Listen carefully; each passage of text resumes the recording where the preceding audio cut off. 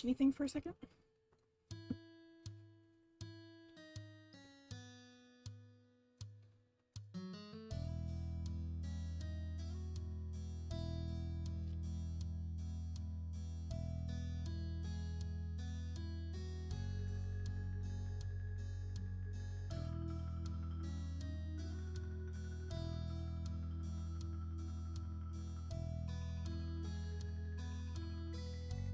See if everything's working okay.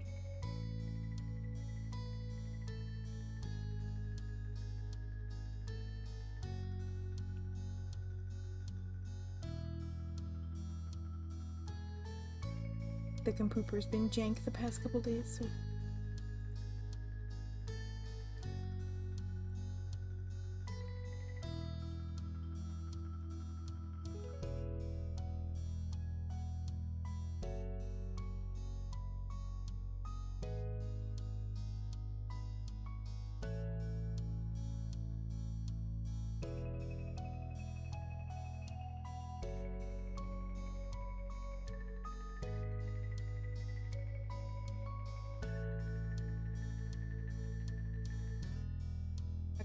Anyway, so we are finally on step 4, which, I'm not entirely sure how the DLC works, but it doesn't have chapters like the other ones do. It just goes through its own story, which is relatively long. Like, I'm fully expecting just the parts of step 4 to get us through, like, the entire, like, 2 to 3 hours I normally stream or whatever. Because it's pretty chunky.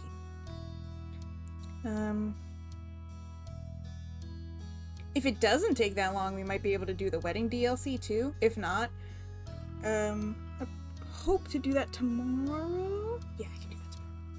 Hi, Rafa!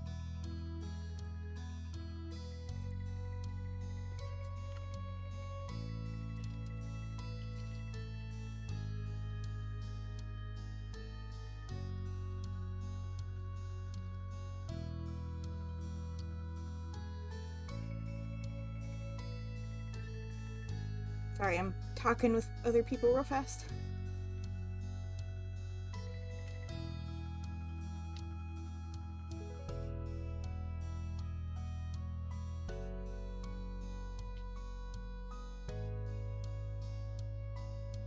But yeah, so we are...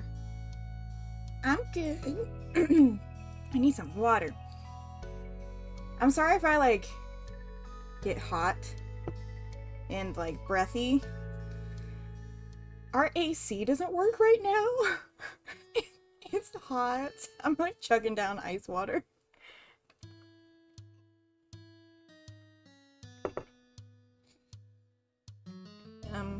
But yeah, step 4 we're gonna get through. This takes place, oh my god, I think they're supposed to be like 23, 24 at this point. But you get to make like a lot of decisions early on about like what your life is like and what you're doing with it. I wish I could do that in real life, quite honestly. Just pick something and that's what you're doing.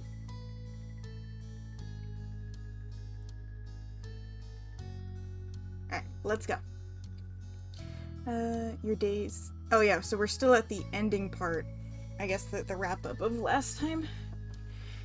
Oh, also, I guess full disclosure. I skipped a little bit of the make the character bit, I think. And, mostly because I kind of wanted Cove's look to be a surprise for people who don't already know what he's likely to look like. In the years that passed since graduation, you'd moved out of your childhood home and made your own way in the world.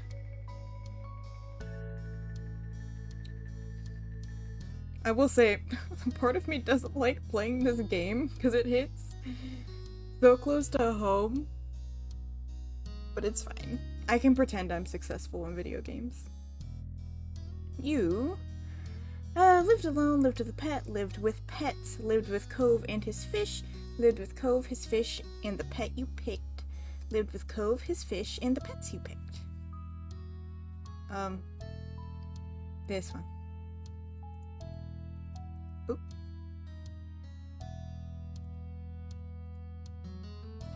Worked at a fine company, had a business of your own, co-owned a business with Cove. Oh, that'd be so cute. Had multiple ways of earning income. You were still focused on pursuing education. This would be cute. I think this is cute. In the... Ooh! Jesus, system field. Kill me.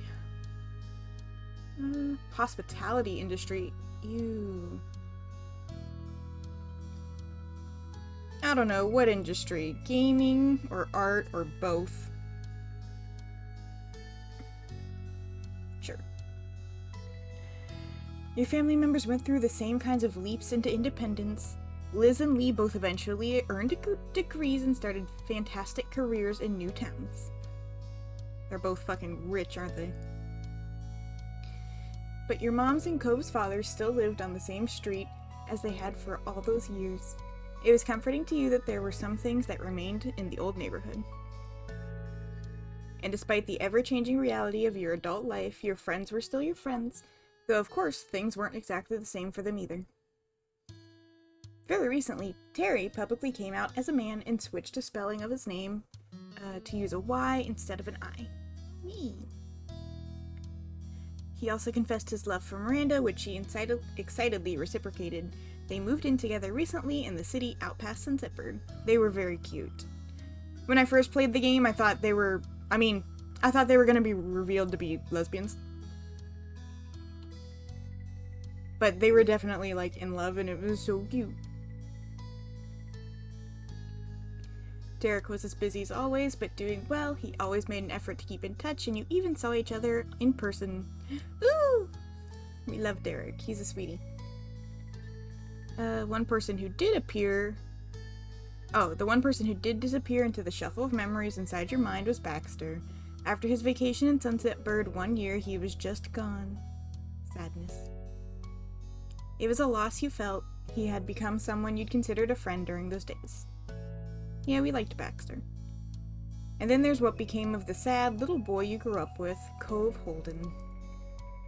Your deep affection for him was something that continued to last unabated over the years.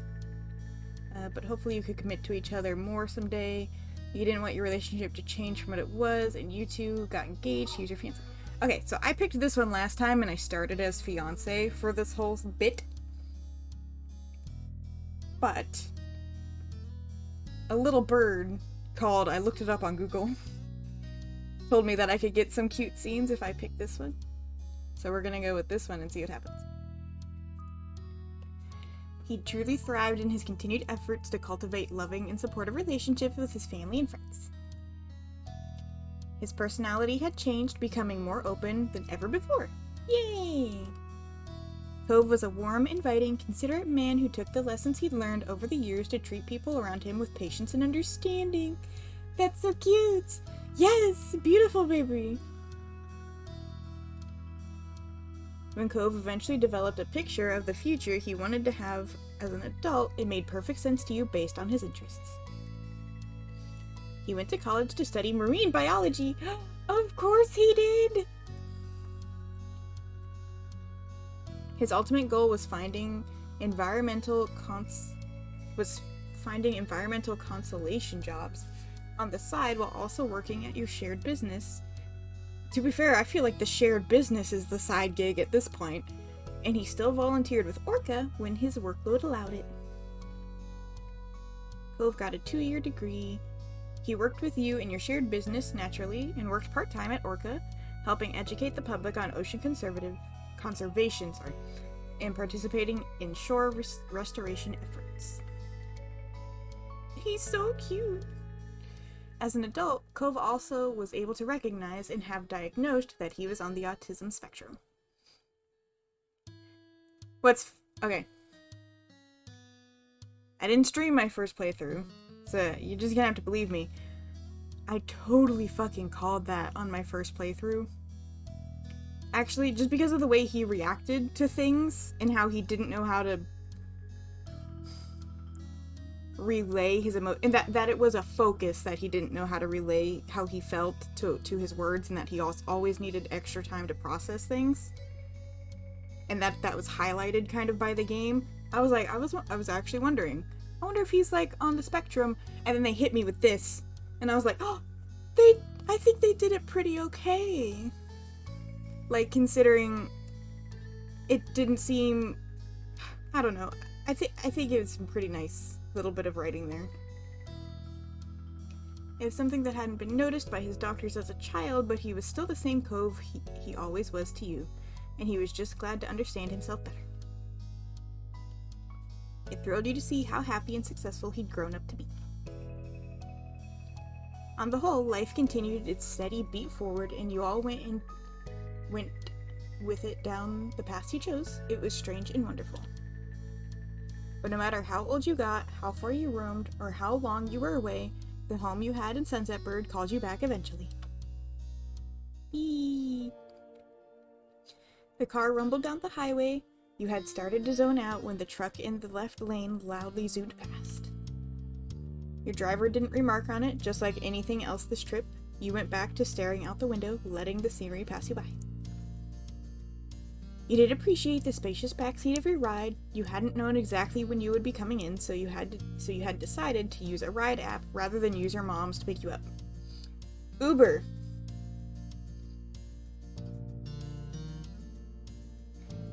It had turned out to be a convenient choice. You looked forward to surprising your parents at the door.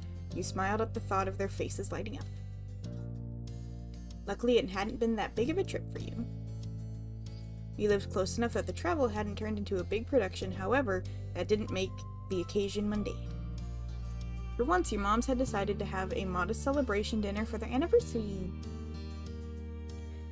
Unlike when you were growing up, they preferred not to make a big deal out of it. This year, they were comfortable having a party. As time went on, they found being the center of attention easier to handle. You were happy to see it. Yee. Celebrate the best moms. With this going on, there was no way that either you or Liz would miss your mom's anniversary. Both of you made plans to come back home for it. You didn't hear from Liz about her exact schedule, but you hadn't shared yours either. It reminded you of when you were kids and both knew to show up for dinner, but didn't keep each other in the loop for each other's pre-dinner plans. Something stayed the same, and yet it was definitely different from when you would see your sister every day. Knew sort of what she was doing anywhere for what? Your sister every day. Oh, and knew sort of what she was doing anyways from osmosis. Oh. Things were always changing.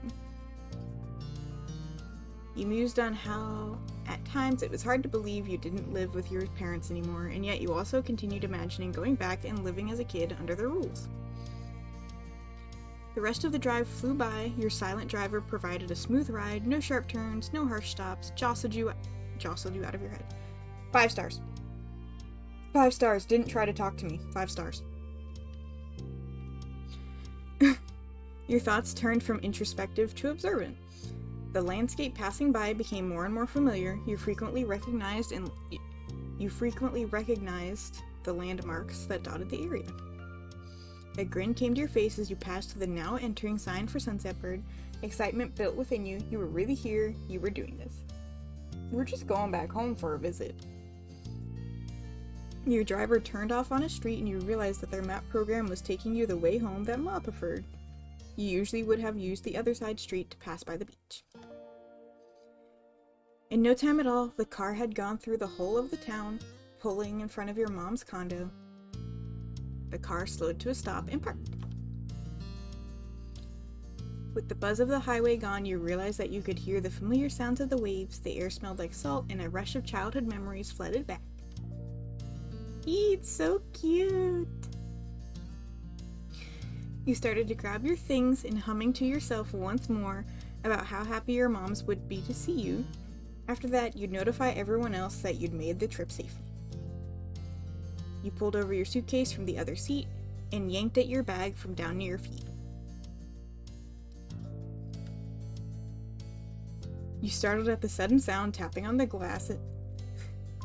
It caused you to pause. Did you really hear what you thought you did? You weren't entirely sure because you soon heard something else, the window on the opposite side of the car rolling down. It confused you until you put together that despite the driver's silence, you weren't actually alone in this car. The driver must have pressed the button. Someone had to be there. Turn your head to face the open window. He's so cute! Look at him! He's so pretty. There he was, leaning his arms across the window, your beloved Cove Holden. He beamed at you with one of his precious open smiles. Look at him, he's so sweet! He's so cute! I love him.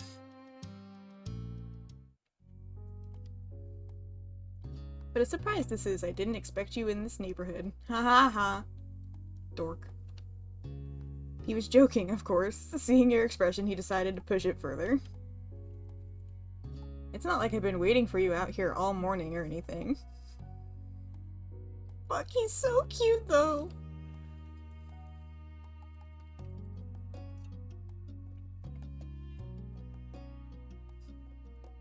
Sorry to keep you waiting.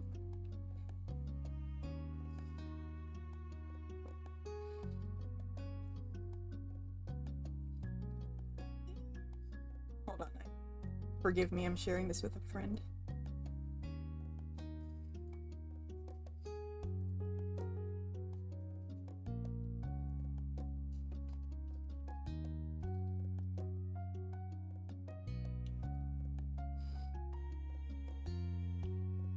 Don't worry about it. He then gripped the top of the car door and pushed half of his torso through the opening. That was enough to make the driver break their silence with a sharp "Hey!" Cove did not seem to notice and continued climbing through the window. He pushed one hand down into the middle seat to prop his dangling body up. God damn it. Boy. He used his other hand to caress your cheek as he leaned in as close as he could.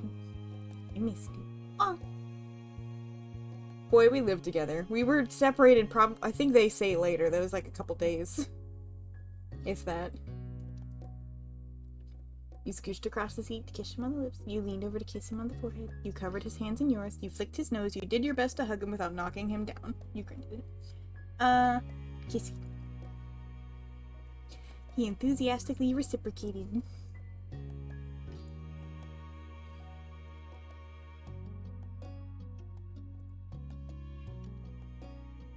The arm holding him wobbled at your touch and you could feel him smiling under your sneaks. He was clearly struggling to avoid falling. Get out of the window! Get out of the window, you fucking dork! You pulled back just a little to get a better view of his face. I missed you too. I love you. Okay, now get out of the window, you crazy person.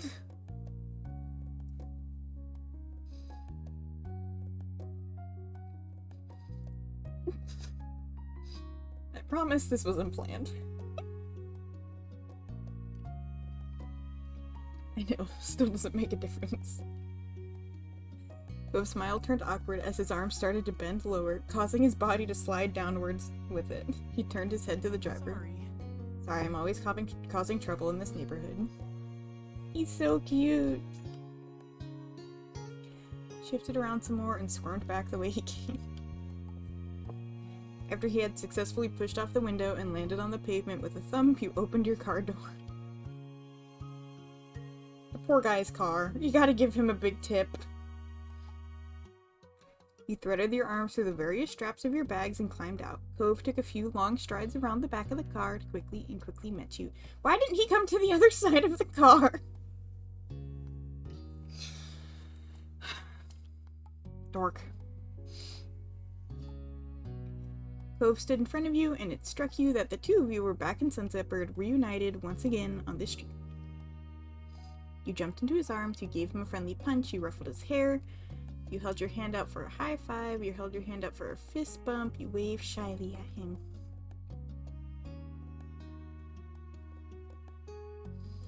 There isn't just like hug. Normal hug. Hug. No? Okay.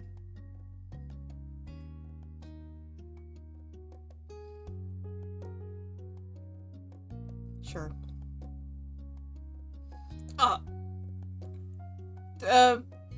We'll drop the bags. Let the poor boy have some space. You dropped your bags on the paved road and got a bounding start to leap. Oh, Jesus. He caught you, unsurprised by your action. Yes. This is like that meme. If I jump at him, he will surely catch me. No, I'm holding coffee. What was that? I think that was like a Brooklyn Nine-Nine thing. When you were situated, he leaned back on the balls of his heels and fully lifted you off the ground. I must be so short still. Its goofy grin let you know just how much he was enjoying your enthusiastic embrace. With how small you were... Thanks. It was easy for him to swing you around. You enjoyed him steadily holding you up. With one last swing, he let you back down. You were ecstatic to be around him again and absolutely thrilled that it was here in this town where you were together. Even if it had only been a short time since you had seen him off, you had still missed Cove greatly and somehow felt a lot. Yeah, a short time. He got here like a few days before I did. Given your different schedules and travel availabilities, it had worked out better for Cove to head out to Sunset Bird first. He only arrived the evening before, however, and just secured a hotel room. Oh, the evening before. It's a day. Not even a day. It was a night. It was a night in like half a day or something. These two are insufferably cute. It's terrible. Until now, you'd never had to deal with that inconvenience of being in a tourist-heavy area. It was a fight to get a place to stay close by during the heat of summer vacation season. Living without him at your place was strange. Cove was basically a part of you at this point. You were glad to feel whole again. It was like less than 12 hours.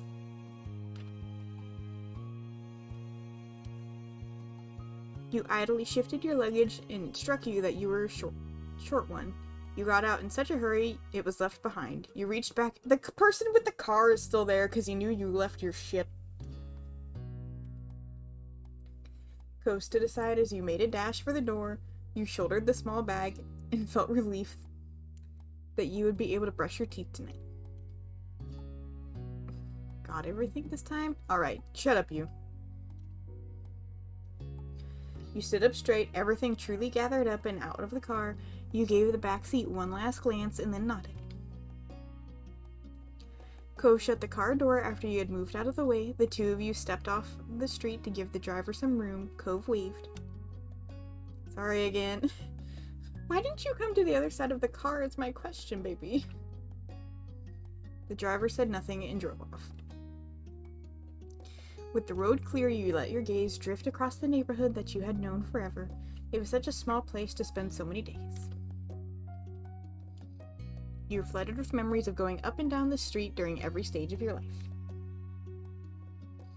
Being a little kid following your big sister to the playground, becoming a teen and staying out later, growing into an adult who left their parents' house behind to be independent. You could feel the summer sun on your too many S's. From all the times you headed out to the beach, you saw the same surroundings that you as a young adult had when leaving home. There we go. My brain. Let's get inside. It's hot. It was hard to quantify the amount of history you had here. And now you were back. Despite taking in the neighborhood again, you never lost awareness of Cove's presence. Eee! From the corner of your eye, seeing him there was a very familiar sight as well. So many of your memories included him. Yeah, you guys were, and still are, completely attached at the hip.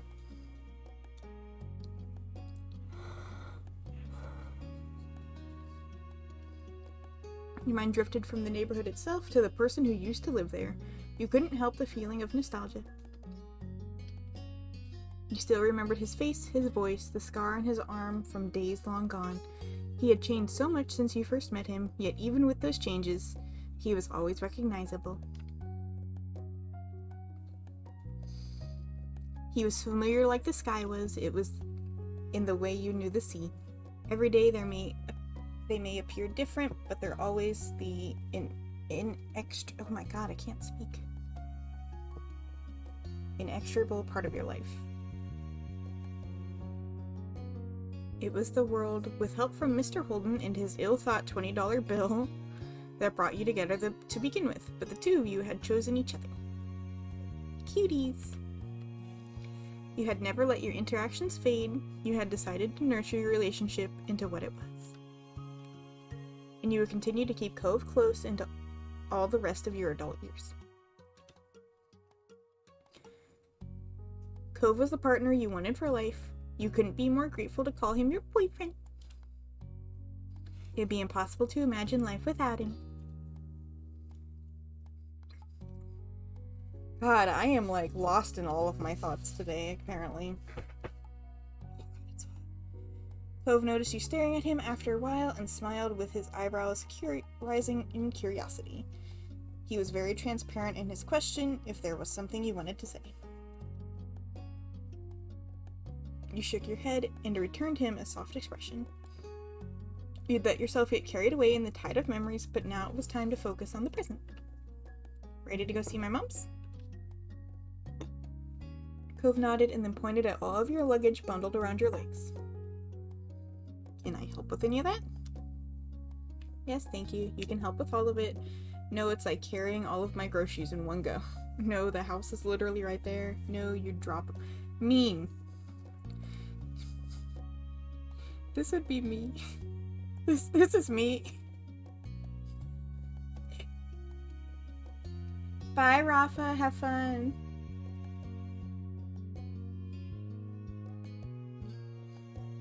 Just say yes, thank you. You gratefully passed him a bag. It was a lot easier to balance everything with that out of the way. Why do I have so many bags?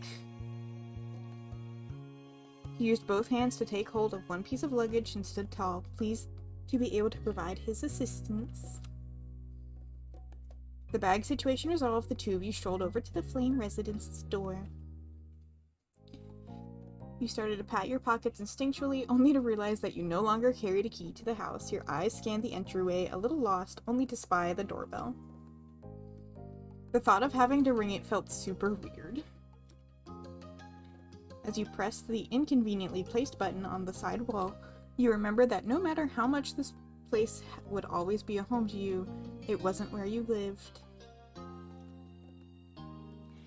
Being back here was like putting on a uniform after you quit the store where it came from.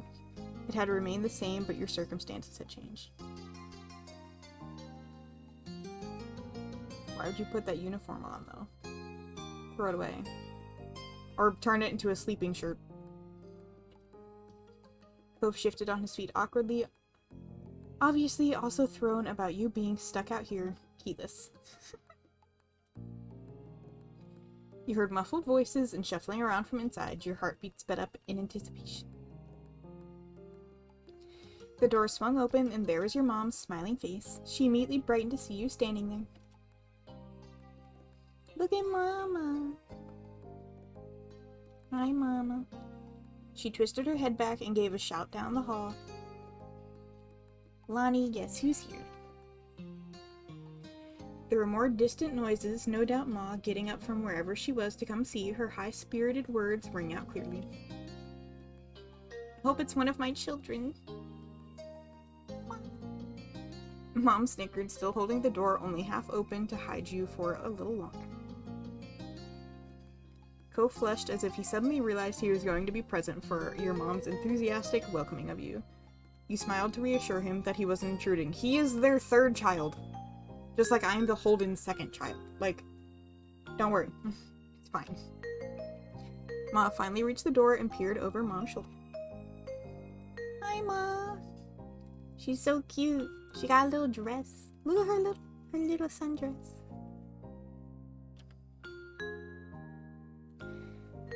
She gave you a once-over, patting the tops of your shoulders and moving down the sides of your arms before she nodded in satisfaction that you were in one piece. How sweet. This is a wonderful surprise. Ma inclined her head to Cove next, not leaving him out either. Hello, sweetie. You count as one of my kids at this point anyways. I have double the surprise today. See? It's so cute. Yeah. Oh, yeah. You snorted at your mom's greeting. They never changed. Cove bashfully waved at them. He hadn't relaxed fully, but he had settled down at their welcome. Don't just stand out there. Come in, please, for love of God. It's gotta be so hot out there. Your mom moved aside and held the door open for you, gesturing for you to enter. Air conditioning. Are those cookies? What's in that basket? Are those cookies or like biscuits? Is that bread? I want it. You stepped in the living room. It was comfortable and cool. I wish.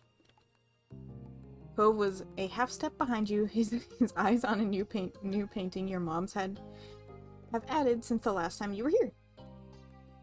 Things were mostly the same, but there were more decorations since you had last seen the house. Mom may have gotten the urge for some interior designing again. It struck you how odd it was to be the guest, only observing their choices for the living space here rather than a full-time occupant. Ma came up in front of you, excitement in her eyes. I'm so glad you're here. That's fine.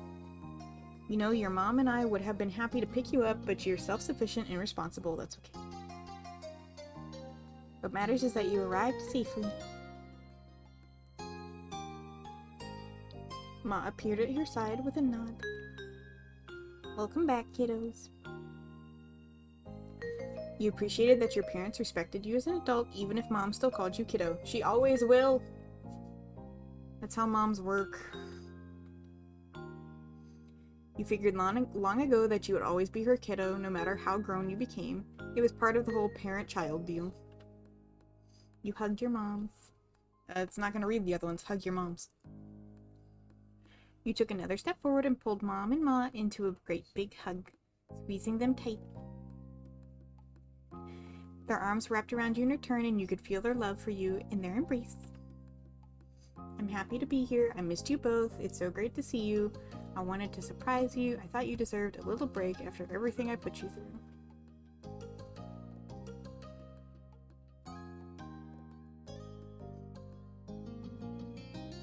It's always nice when I'm able to come by. Your mom's giggled, pleased. I hope you've both been doing well.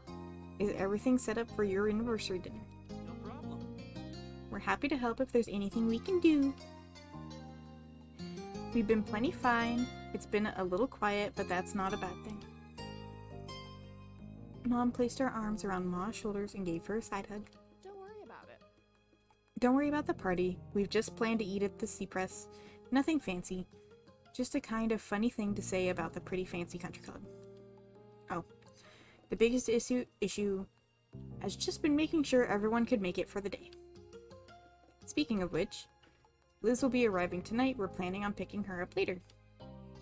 I guess Liz isn't as grown up as a little. She just needs to install Uber app. Mom snickered at her own joke, and Ma lightly elbowed her with barely a hidden grin. Shush. As I was saying, we could drop you off wherever you're staying if you don't mind waiting for that. I'm sorry there's not space for you in the house. It's gotten crowded in those old rooms since you and Liz moved out. I don't know where all this stuff keeps coming from. Storage closets now. Sure you don't, Pam. It's okay. Cove already has a hotel room I'm going to be staying in anyway. We could also... Why aren't we staying at his house? Like, I'm not saying we have to, but... He still has a room at his dad's house, does he not? We could crash there, too. Whatever. Cove sent you some pictures of the place when he arrived. Stylish and roomy. It seemed very nice. It was a double room. It was a room with a... We've been together for, what, since we were 13? Like a decade. We were fucking sleeping in the same bed. He claimed that the bed was comfortable, so you had high hopes about that, though mostly you were looking forward to having him next to you as you slept once again. but then they can't get down. They could! You just gotta be, you know, quiet. Your mom smiled, relieved. Kira's already here, is she? Oh! Yeah. I guess it's cause, mom number 3 is staying in that room. Sure. She directed her question at Cove, and he bobbed his head a bit to go along with his reply. Yeah, I heard she made it. She's gonna be staying with Dad while she's in town. Oh. Have you gone over and said hello yet?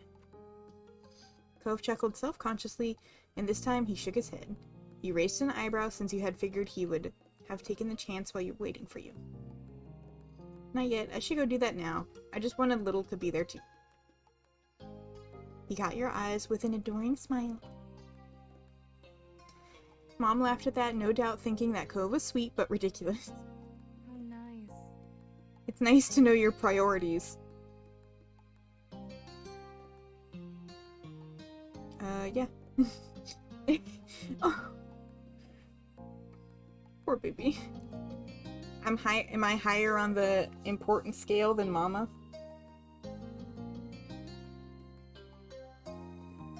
Cove awkwardly rubbed his arm and shifted on his feet, looking all too much like he did as a kid. So?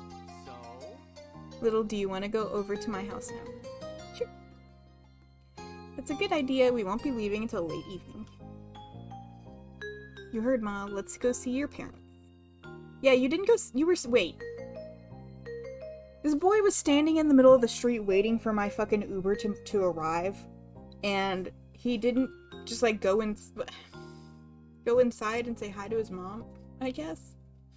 Yeah. Sure. Cove perked up, excited once more.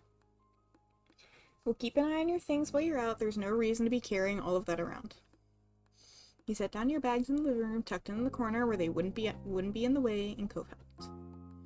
Your moms waved the two of you off as you walked back to the entranceway. Thanks, see you soon. You walked back and opened the front door for Cove. With that, you were on your way to see Cove's family next. This trip put a special little pep in Cove's steps as you crossed the street to his dad's house together. Your spirits were equally high. Doing this, you felt like a teen again. You had known Cove's parents for a long time now. When it came to what you called his dad... Ooh! Ooh!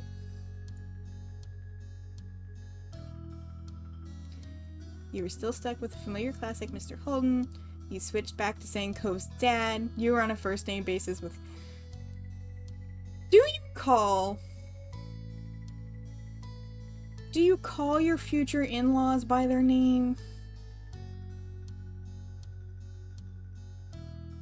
I feel like it's weird.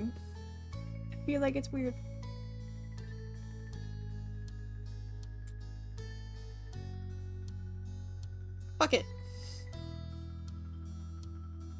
Although it was awkward on your tongue at first, it rolled off comfortably now. You appreciated how much he saw you as an adult and friend and not just the kid from across the street. You were still on a first-name basis with Kira. You called her Mom 3 in a non-serious way. Can I call her Mom 3 in a serious way?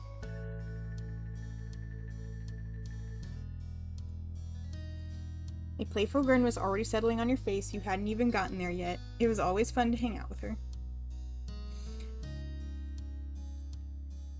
Cove hopped up the front door and didn't bother knocking. He twisted the knob and it swung open. God damn it, Cliff. Lock your fucking door. With a grin, Cove gave you a gratified thumbs up. You shook your head in disapproval, but you both knew that you hypocritically supported his behavior. Alright. This game doesn't have to be calling me out like this. Your dad is lucky we aren't criminals. He brushed your comment aside and went right into his old home. Cliff was there, standing in his kitchen and babysitting a pan over the stove.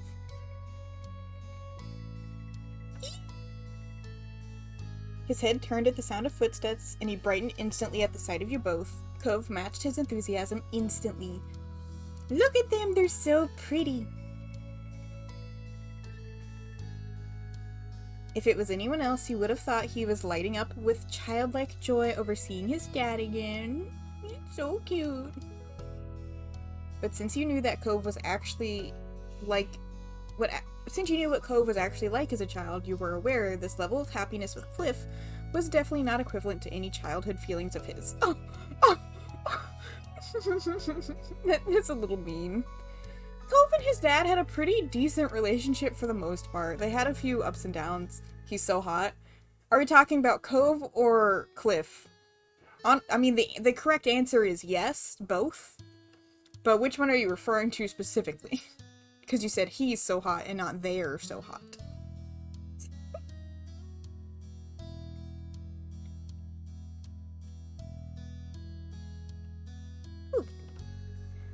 Cliff graciously pushed what he was cooking to a different burner and flipped off the heat. He rushed over to you both. Cove flew towards and met him halfway with a hug. Sweeties. Cove squished his eyes shut and held his dad in a tight hug. Cliff soothingly rubbed his son's back. The more of an adult Cove became, the more he turned into a big daddy's boy, it seemed. Oh! So cute. Missed you too. It was sweet, and teasing aside, it was wonderful to see them at this place in their relationship after years of struggling to connect. And when the hug broke, Cliff hooked an arm around his son's neck. He let out a deep laugh. I still can't believe you outgrew me. Look how tall he is! He's taller than his dad. Where did he get it from? I really thought I had that on him after he graduated from high school, but then he had to keep going. Chuckling, he shook his fist in mocking anger, and Cove ducked his head and laughed in kind. Sorry? Cove's cheeks turned pink and he averted his eyes. He was becoming bashful, so you knew he had more he wanted to say. Cove softly added, that was phrased really well. And a lack of height. Hey!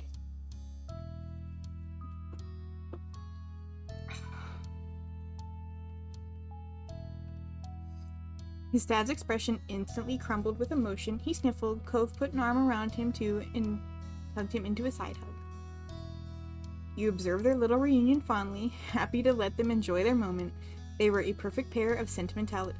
They're both saps. They're both sappy boys. They've eventually turned his attention to you. So great to see you. He pulled away from Cove and approached you with a little wave. He was back to his cheery self. Hi Cliff. Cliff, it's nice to see you. I missed you, Cliff. You didn't say. So, I am a little sad. Because when I did this last time, I know exactly why. When I did this last time, I picked that me and Cove were already fiancés at this point. So, there's a fucking option during this to call him Dad. You can call him Dad, and I fucking love it so much, and I didn't get that option this time, and I'm already depressed. That depresses me because it was such a fucking cute interaction. Same thing with Kira, you get to call her Mom. But, like, oh, it was so cute!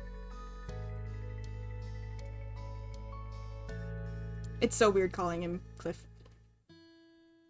Hug. He's my only dad.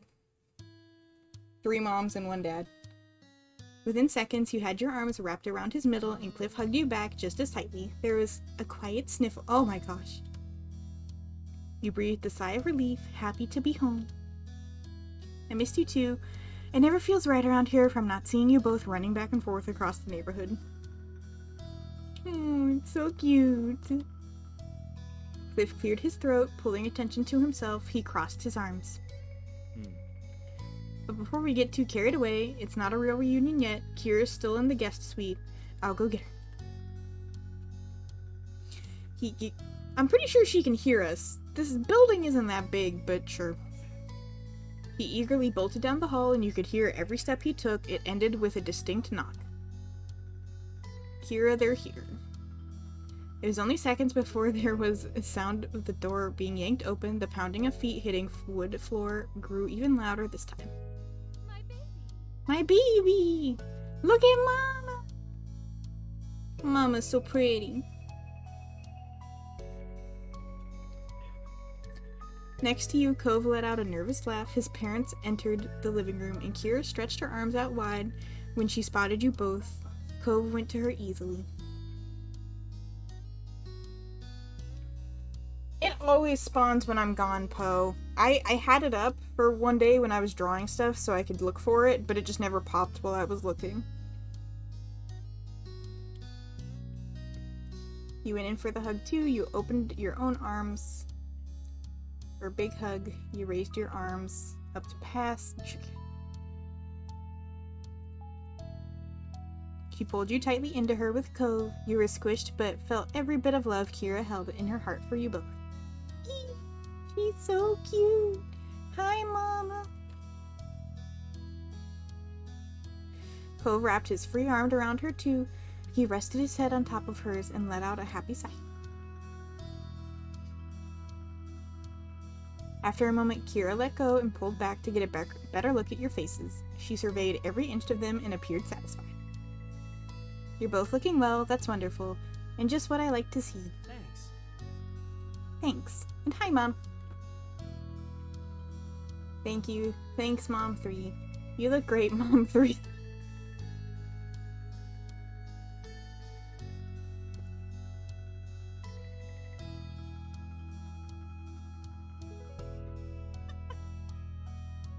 One day soon, I'll let you in on my secrets. Kira winked, and you had zero doubts that she held precious knowledge to looking her best. She was stunning every time you saw her. I'd be honored. So what's new? Have you both been? Kira gave a nod for Cliff to go first. Cheerfully, he waved a hand. No worries. Same old, same old. Still got the shop, still got my friends and family, of course, and still the most exciting thing around here is seeing who will rent that one free condo. Incredible, I always knew you were such a snore. They snickered and you couldn't help but peek at Cove. He rolled his eyes dramatically, drawing out a few giggles from you, but the whole time there was still a happy smile fixed on his face. For me, things have been good. I've gotten a lot of interesting assignments lately. Oh, I recently went to Seattle. And Kira twirled a strand of her hair shyly, her mouth curved into a grin. Whatever she was thinking about, it made her happy. Things have still been going well with that guy from work, but it's a little early to bring him all the way out to California to meet the family. Oh, she has a boyfriend. Nice, Mama. Cove crossed his arms and he and his dad nodded. It was clear she was appreciated. She appreciated the acceptance from her two boys. It's great. I'm really happy for you. I hope he gets the seal of approval when he does come around.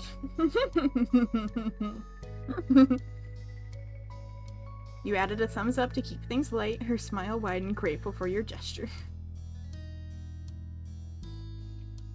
So that's us. Do you two have plans for your first day back? Stay in the air conditioning. The only thing I have to do is pick up Liz later tonight before we head back to our hotel. You're great. Great. He suddenly looked over his shoulder, his eyebrows pushed together. I'm glad you're here, but I just remembered that I was in the middle of cooking something. Look how fucking tall he is. He fucking fills up the screen.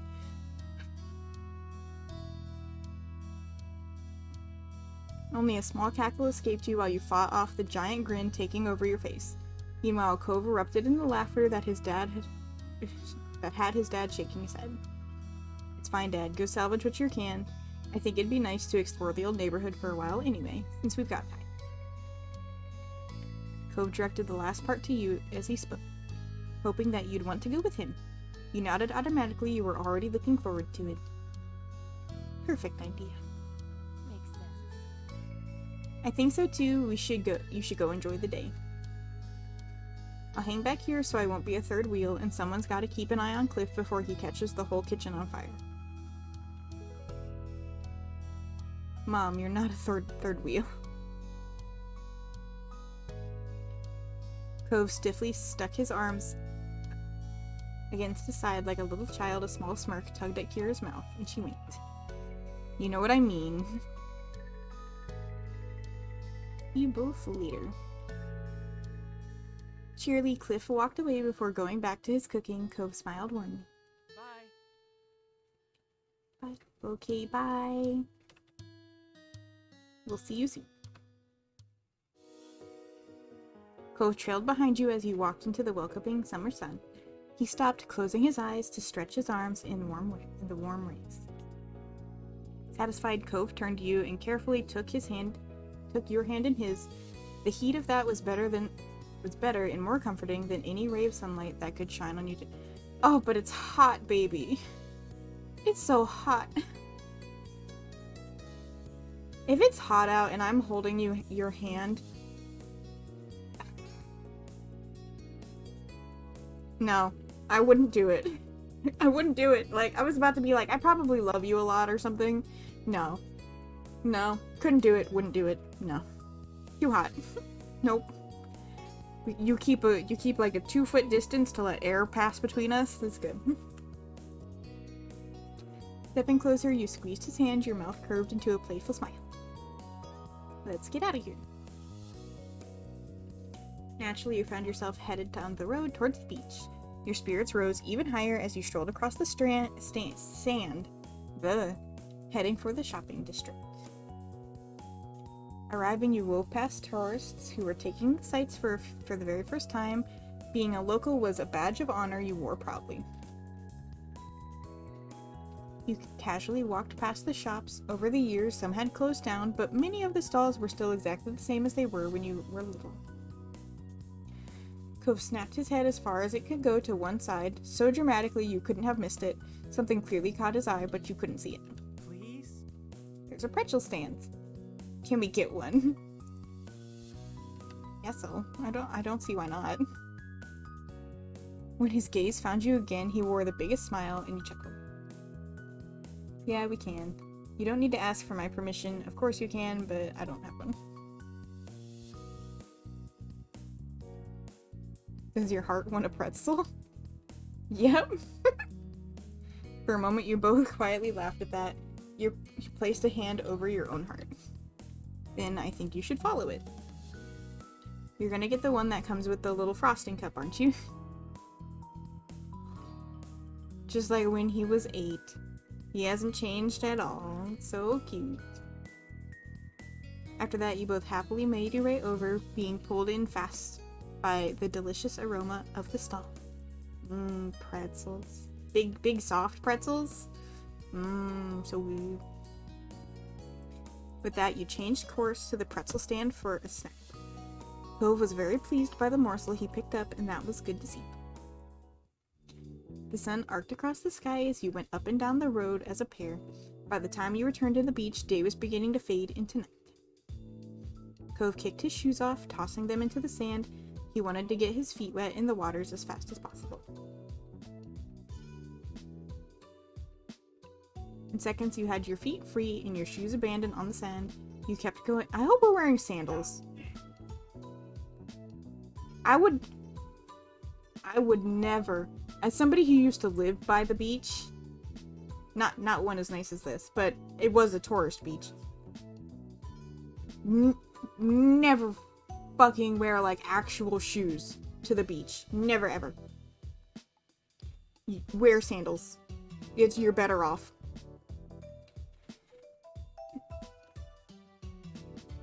Cove sighed contently. You followed his line of sight to the setting sun, painting the sky with hues of oranges and pinks. It really feels like summer now. He wore a bent smile when he turned to you, the light illuminated like a halo behind him, and the sight took your breath away. He's an angel! You can go. In fact, it's hard to think of anything that feels more perfectly summer than moments exactly like this. Being here in Sunset Bird with you.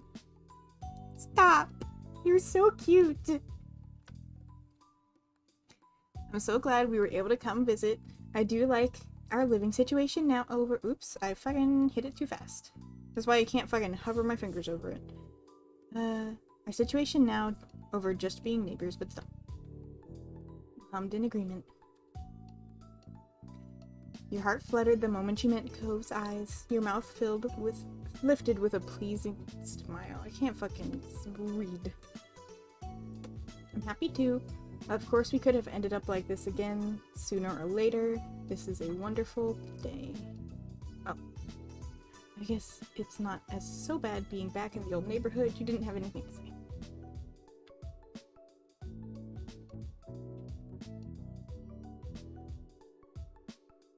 You crossed your arms, and Cove looked up from the sand, meeting your gaze with a bent smile. It's inevitable. Cove murmured quietly, losing himself in his thoughts again, shortly after you saw his hand shoot down into the sand. He stood straight back up with a lopsided smile and got to work brushing the sand off of his prize. You knew without a single word, Cove had a new shell for your collection. As you wandered down the beach, Cove followed at your side in comfortable silence. Your shadows stretched across the sand like they were leading the way. The only noise you could hear were the soft footfalls of your feet and the waves gently rocking against the shore. For a moment in time, you felt like there were only the two of you in your own little world. Eventually, the bubble popped when you realized that your phone was going off. It was Ma, hoping that you were going to be back soon. We gotta go pick up Liz. Curious, Cove's eyes slid down to your phone, and you let your hand fall back down to your side. You held the phone pressed against the palm of your hand. It's Ma, she wants to know when we'll be back. Cove scratched the back of his neck and shook his head, his mouth twitching like he just had a funny thought. Dang parents, always trying to make us come home before it gets too dark. Okay, Cove. There's no escape from curfew as long as we're in the neighborhood. Parents are such a pain. It sucks that we have to leave already. Don't act like a little kid.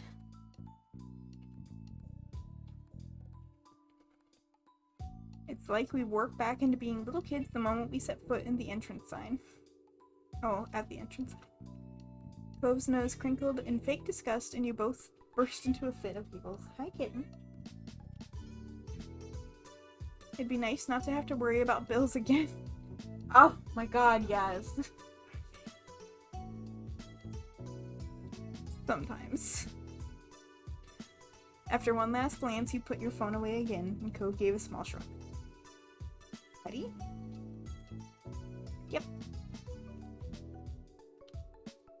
Together you left the beach, feeling the call of home pulling you forward. Yes, sir. What do you want? The both of you ran off towards your mom's house, leaving the waves behind, but welcoming the beginning of summer. We did pick up our shoes, right? Cove and you ran up from the beach, sand flying from your... Hi, kitty. Oh my goodness.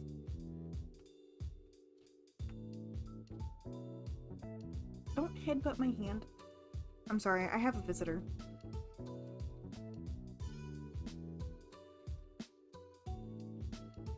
What's up, fluffy boy? Please don't touch my keyboard.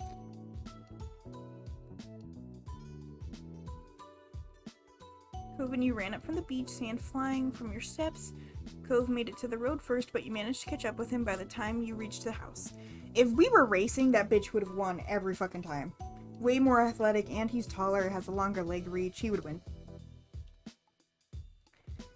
It wasn't exactly a race, and yet it also wasn't not a competition. Both of you were laughing by the time you bumbled through your old front door together. Ooh, I heard a thingy. I heard a bloop. Oh, hello! Let me fix my thing. My thing was messed up. I can't see it. Welcome to stream.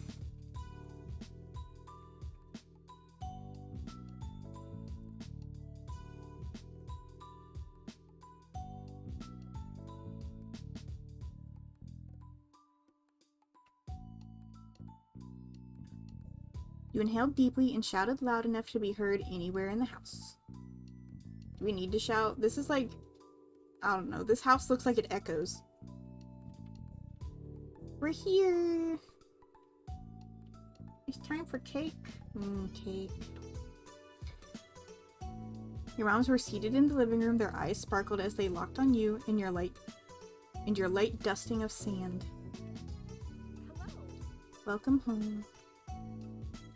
Mom leaned forward, eyebrows raised at your jubilant entrance. Ma sighed wistfully. Don't sneeze on me. Please don't sneeze on me. Watch your tail. Aww. That brings back memories. Cove chuckled shyly as he scratched the back of his head. I hope we're not too late. Nope, you're just in time, but you better start packing up. Liz will be waiting. Ma nodded as she stood up from her seat. She lightly ran her fingers over her clothes to smooth out the wrinkles. It took you a second to remember where you had put your stuff. You needed to get it all in the car so you could get everything back to your hotel. Can I help? You shrugged and directed him to your bags. With Cove, your mom's, and yourself on the job, it only took one trip to the car. Why do I have so many bags? How long are we supposed to be staying here? I don't remember if they said or not. I figured it was just going to be like a weekend. Which is like, for me, a backpack. Cove firmly closed the trunk and you thanked everyone for the assistance. Of course, kiddo. Come along, Flame Family, let's get in the car. That means you too, Cove. You know we're essentially family anyways. Eee! Thanks. Exactly, well said. Oop, I keep fucking clicking the button.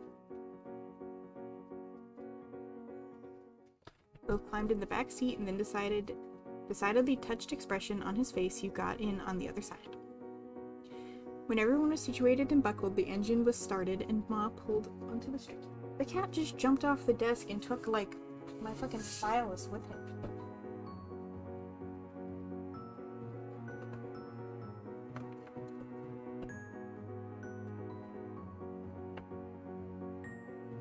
You couldn't help but feel amused to be stuck in the back seat with Cove. Your mom's driving you around. It really was like you were little kids again. Cove caught you staring at him and gave you a bent smile. He was probably on the same wavelength as you from the sheer mischief in it. There was some light chatting on the drive. No one brought up anything too deep. It mostly became swapping joke stories. The entire trip was marked by a heavy sense of anticipation. Everyone was ecstatic to see Liz and hear what she had been up to. When you neared the airport, Mom pulled out her phone to call Liz, and Ma followed the signs to the correct pickup area and asked you to shout if you saw your sister. Hey Liz, we're waiting at Wing B. There's a blue sign that says North America. Alright. Tell her that we're right in front of the building with blue windows. She says that she's outside, right by the yellow truck. I see at least 3 yellow trucks. I think they're doing work at the airport. The back and forth continued with Ma driving around in the wide, circular airport road with Mom attempting coordination between her and Liz's location. Aha! He leaned forward, peering out the front of the car. A tall, poised silhouette pulled a pale purple roll-along suitcase behind her. It was definitely Liz. She waved to the car. Ma parked along the sidewalk next to her, and Mom put her phone away with cheer. Mission accomplished. Ma excitedly reached over and grasped Mom's raised hand, thrilled that both of her kids were back. Good job. Liz came closer and yanked open the back door beside her. She popped her head into the car, her smile ornery despite how tired she appeared.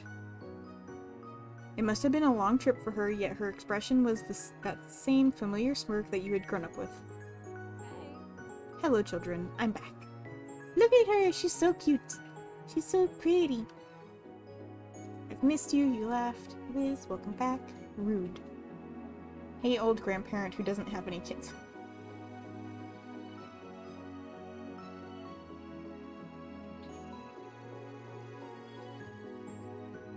would help.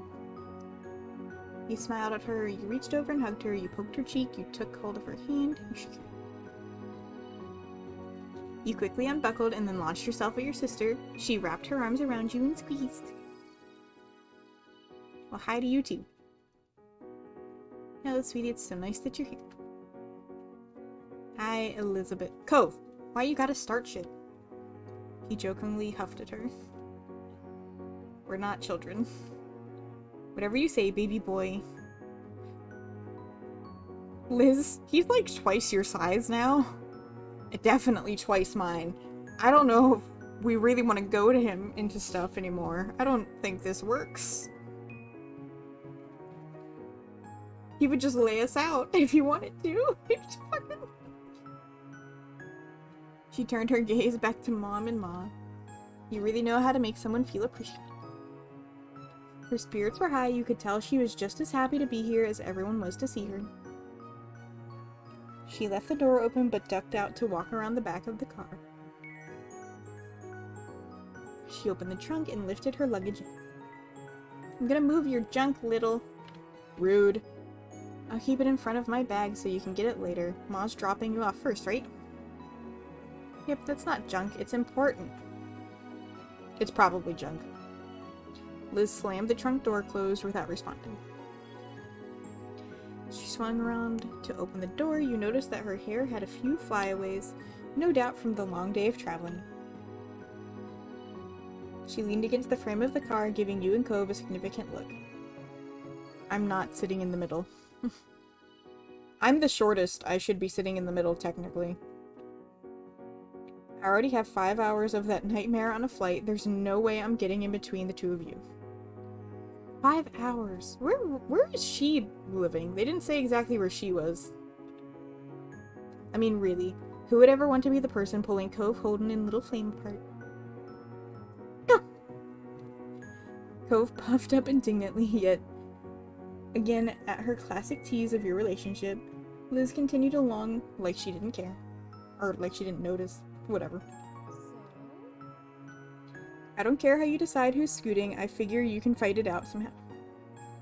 Cove glanced over at you and shrugged. He unbuckled his seatbelt and moved to the middle.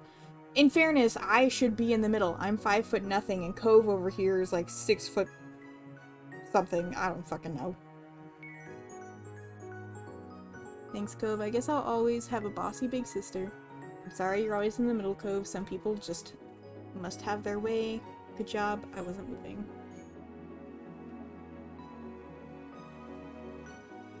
No problem. He's so cool. He's so nice. But no, for real, I should be in the middle. I'm almost disappointed it was so easy. I meant it when I said we weren't children anymore. It's just a middle seat. Liz shrugged, not losing any of her smugness. Keep telling yourself that. I'll keep taking the window seat. With the window seat open, Liz squished herself into the car and shut the door. When everyone was settled, Ma began to pull out. Let's go.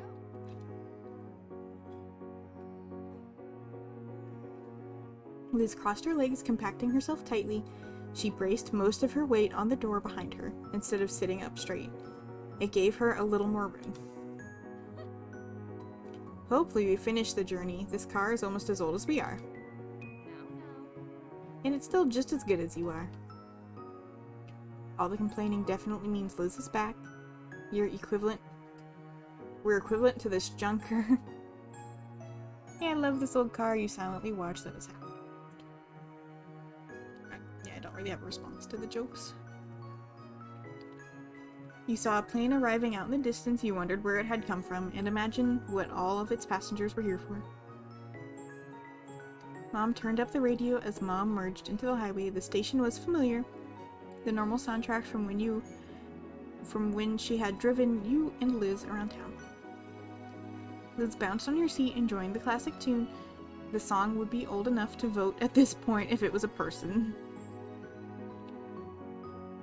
I don't want to talk about that kind of logic. I'll just go insane. With Liz, the conversation livened up despite it getting later and later in the night. She told you all about her week and all the travel preparations she made. By the time she'd made it out to the actual tale of traveling itself, Liz started chuckling. On the plane, Liz had sat next to a couple of girls who had talked a lot about how well they could read people. Liz recounted their conversations with her in hilarious detail, as they had apparently tried to guess her occupation after only shaking her hand. Neither of the girls could agree with one another, and Liz had refused to just tell them. However, the drive to our hotel was only so long. Eventually your group arrived, you yawned and got out of the car when it stopped. Cove clambered out after you. Liz gave a loud sigh of relief and all the extra space she found herself with. You and Cove grabbed the luggage and then waved off your family after you said your goodbyes. After they left, you and Cove went to go find your room. Pretty.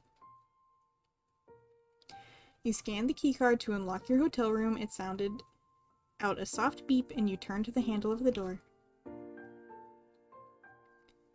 The door creaked open when you craned your head to take a look. The first thing you noticed was a large king-size bed in the middle of the room. It was a prim, modern-looking space. It seemed clean and smelled faintly like floral air freshener.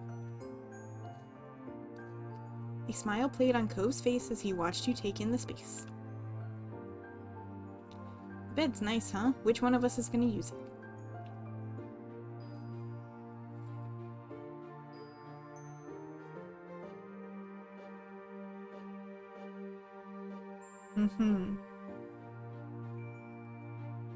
I'm kidding, I'm just kidding. I want to share, really. We fucking live together! Cove let out a breath of relief that he'd been holding on to. Yeah, you picked out a nice one. It's passable. I guess I get to judge the hotel. 2 stars. Garbage. Why are the pillows red and not purple or something? I don't fucking know.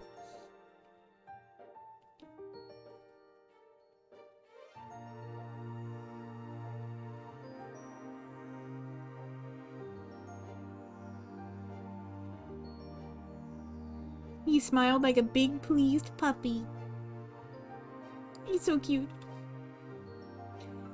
You and Cove continued to chat as you settled in. You unpacked some of your stuff and checked out all of the room's amenities. Well, it has a full couch there. Fuck, Liz or Kira could have stayed with us. If I can crash on the couch. Cove pointed out the mini fridge and started puzzling over what food could be ordered to the room. However, the fact was, you both were exhausted. It didn't take too many yawns before you both changed into your pajamas and called it a day. You had to hunt along the wall to locate the light switch. When you finally found it, you flicked it off with a sense of triumph. You turned your head over to Cove, who stood behind you in his pajamas. He was cozy and comfortable, but the pieces didn't match. He never minded that. Who has matching pajamas? Who? Who as an adult has matching pajamas?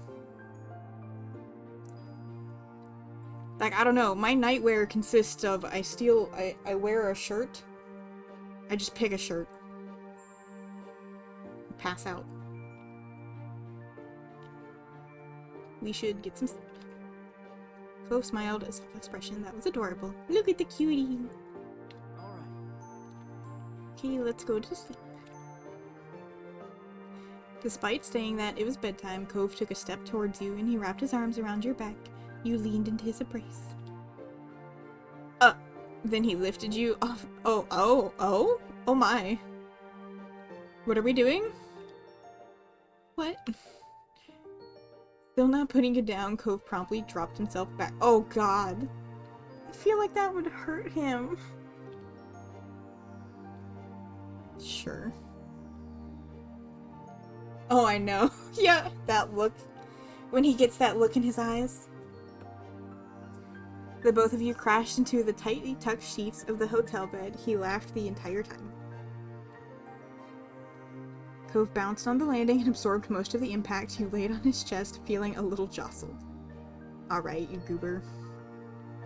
You giggled alongside him. You're an absolute madman. You could have warned me. was scary. Let's do that again. He shook your head jokingly. His laughter turned into a snort. He smiled up at the ceiling, a thought clearly crystallizing. My dad used to do that kind of thing to me when I was little, sort of. Nostalgia was clear in his voice. It was a fond memory, and you felt something warm in your chest. I remember you talking about it when you stayed over my house as a kid. He'd lift you up really high and bring you back down. Yeah, I have a cool dad. Yeah, I like your dad too. You made a small noise of understanding that turned into a yawn, and then Cove yawned in return. You pulled the sheets until you were actually under the blankets.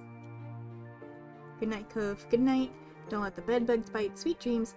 You stuck your tongue out at him playfully. Hey, so do you know why pigeons are called pigeons when they're actually doves? Did he say this to me during our... Cove blinked at your random tangent, you yawned and continued talking, your sleepy brain happy to info dump. Pigeons actually used to refer to a young chirping bird, not a species like it does now.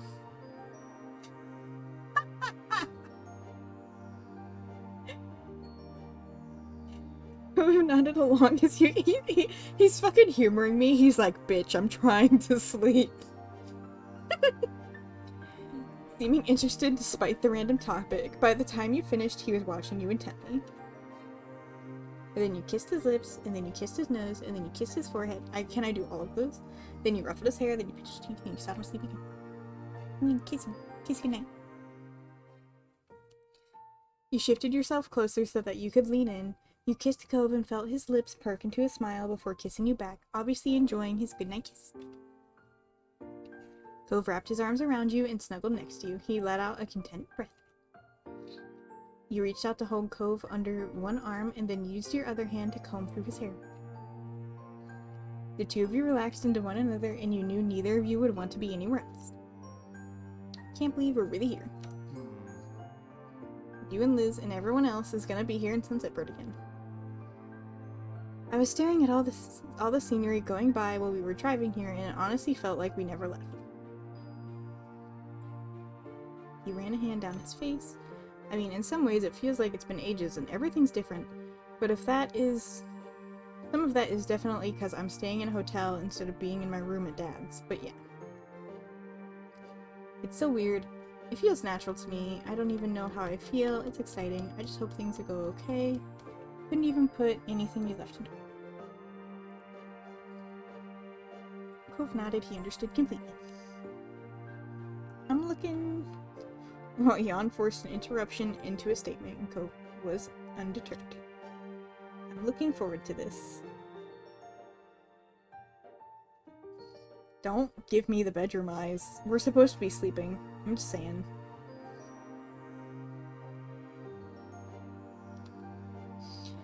He tucked his head into your neck and you felt his lashes flutter close against your skin. Same here. See you tomorrow. I'll see you tomorrow, little. His words were a whisper you barely heard. It might not even have been that exactly. You must have just been guessing. Cove always had a habit of mumbling. It was okay either way, whether you heard it or only thought you heard it, the sentiment was true regardless. Cove could see you tomorrow when he opened his eyes and the sunlight returned to your hometown of Sunset Bird. You comfortably drift off to sleep and eagerly await seeing Cove tomorrow as well.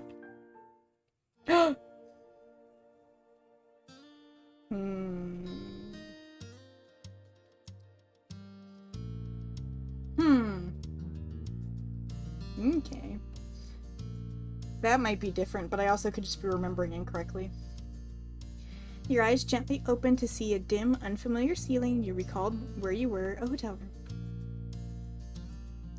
Yawning, your muscles felt relaxed and warm enough to sleep threatened to pull you under again. Morning. Cove's voice brought you back to consciousness. The heat made sense now. You knew the comfortable weight against you was your boyfriend. His arm was draped around you and his fingers were lightly drawing shapes on your pajamas. You twisted over to face him fully. this morning. Did you sleep? I did. The expression on his face softened with a content sigh. You felt his index finger slightly trace out the shape of a heart. It's so cute, though. There's nothing but good dreams when you're around.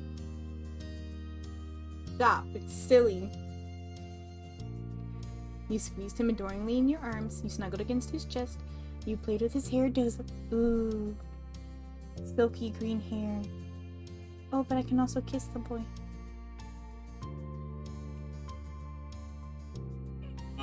It's so hard to choose. I want to play with his hair. I like his hair. You buried your fingers into his many strands of pale green hair. Fluttering his eyes shut, Cove mumbled in satisfaction when you gave his scalp a small scratch. Yee. As you combed through, your smile softened. You admired the way his silky hair curled around your fingertips.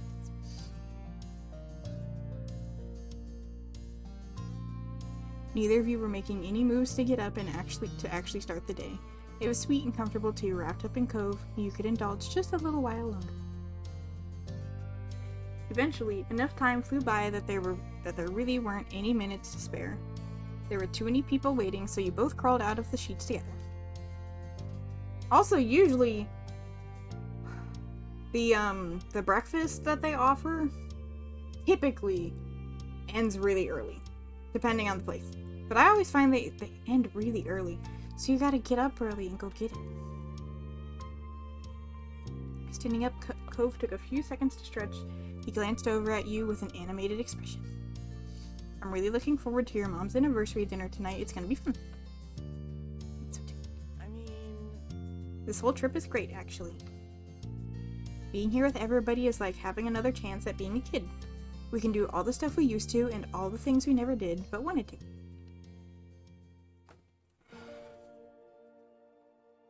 Or do not want to think about being little again. Joke's on you, girl! You are little. Sorry, that's the downside of being my character. You have to be short. It's mandatory. It's mandatory. Good to be back. Sunset Bird won't know what hit it.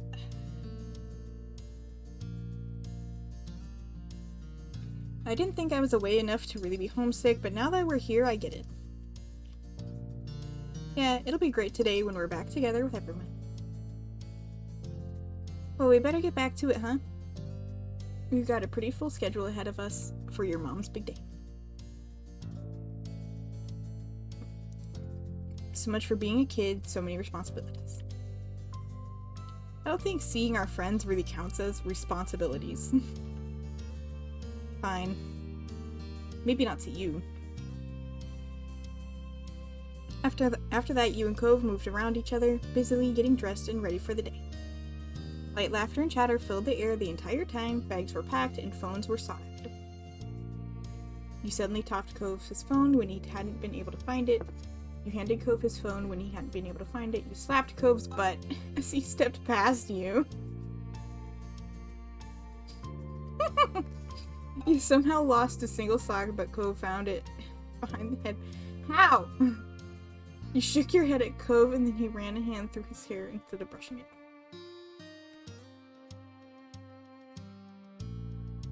How can you not pick this one? How can you not pick this one?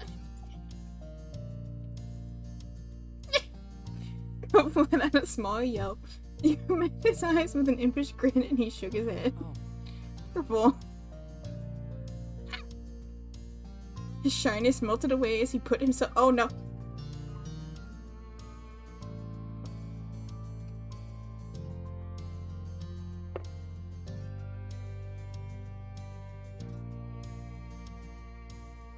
Might have to do something to return the Don't threaten me with a good time, like... What? You're just giving me what I want at that point, really. He raised your hands in playful surrender, his mouth bent into a pleased smile. There was nothing else stopping either of you now. In minutes, you were hopping to your ride and headed back to the neighborhood. gonna get wrecked. Oh, I hope so. Yeah, that's the plan. It was another beautiful summer day in Sunset Bird. You couldn't resist rolling the windows down so you could absorb it all during the drive. Hope sat across the seat from you near the opposite window. His gaze was locked outside, catching all the old landmarks the vehicle was passing. Your spirits rose even higher the moment you made it home once more. Eager, you hopped out of the car to let yourself inside. Your moms knew you were going to be there that morning. But the second you made it past the threshold, an excited scream nearly scared you out of your shoes. Little, you're here, and guess what? I'm here to- Look at Lee, though! Look how cute she is! Look at her poofy hair! She's so cute!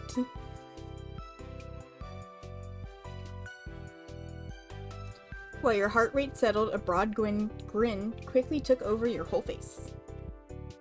Since your cousin moved out on her own, you'd noticed that she'd really found her own groove. She was still the same loving person she'd always been on the inside, but she expressed herself in new ways. Lee was strong, kind, and smart. Over the past few years, she graduated college with a degree in history.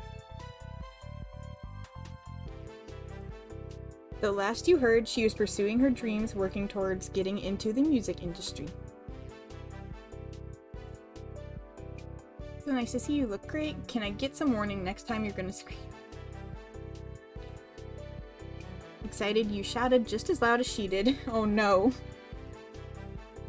She hugged you tightly, nearly knocking you off your feet.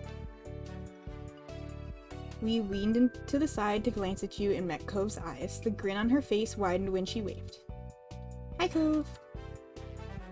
Nice to see you. I know, I love her hair so much. It's so cute. I got in practically at dawn. It was a whole thing, but at least I made it here alive. Lee exhaled and slumped her shoulders to emphasize how exhausting the ordeal was. Behind her, Liz made her way over. She crossed her arms at the scene. I'm here too, in case you were wondering.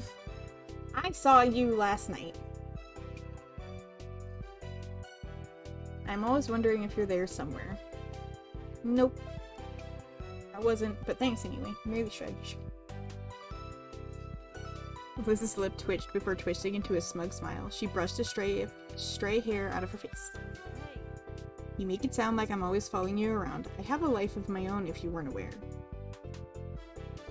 I know, but when I'm home, I'm always keeping an eye out for my big sister. What happened? How sweet, I missed the day of checking to see if someone else made it to the TV first too. You laughed. Of course, that's what her mind would go to. Another friendly shout rang out in the living room. It was as cheery as ever. Was from the many times you'd heard over the years. Good morning, family. Hi, Ma. Your parents both came out from the side hall together. Morning. Well, Now that everyone is here, I do have a little something to mention. Ma put her hand lovingly over her wife's. Mom leaned her head into Ma's with matching affection. We're all still having dinner together, but Pam here actually made plans to take us out to brunch to celebrate our anniversary, just the two of us. Please, she hooked an arm around Ma's waist. sorry. Sorry to push you out, but I'm sure this group of mature grown-ups will be able to entertain themselves for an afternoon. We don't need to find a babysitter or anything. Totally. Totally? Yeah, have fun, moms. We can survive that easy. Enjoy your brunch. This works out, actually. An afternoon open means that there's time to meet up with Terry and Randy. Hopefully they're free today. Your two school friends still lived around the area. You knew you were coming for your mom's party, but when or how you might arrange to see each other wasn't set in stone. Sounds good. Definitely, we should call them. All right. I have some people I'd like to say hi to as well. Liz had her cell phone in hand, ready to get her plans made before she was even done speaking. Arching an eyebrow, she then directed the next part to Lee. Would you want to come along? We've missed out on a lot of cousin bonding time in the past. Yeah. I'd love to. It'd be an honor to hang out with you, Liz. Alright, I feel a little abandoned. I mean, I know I have Cove. I already have a buddy, but I want to keep all of them to myself. I want to hang out with all of them. And whose fault is that? No fair. Lee's meant to go with me. I hope you both have fun. Just fucking be supportive and nice. Don't worry, fun is my specialty. You scare me. You scare me, Lee. I'm worried about you. You know what I just realized? All of the kids in this family have L names. Little, Liz, and Lee. Which, I mean, I know it's coincidence that my main character has an L name. It could have been anything. But it's still funny. The family of L's.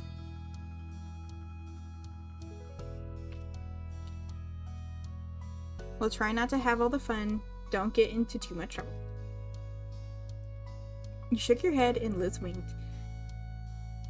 Then she glanced back at her phone and rapidly typed a new text. Excellent, it's settled. She squeezed her wife's hand. Her gaze took the whole room, ecstatic to have a house full again. Today's going to be perfect. Yes.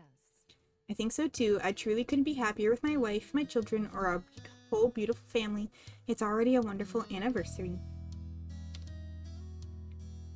There were ahs and sweet comments from the group gathered around the couple of the hour. Seeing how your moms were, you couldn't help but hope that when you got to be their age, you could be as proud of your life as them. But Ma's attention then fell to you, and the look on her face twisted mischievously. A shiver shot down your spine. This is a very good time of year for marriage, don't you think so?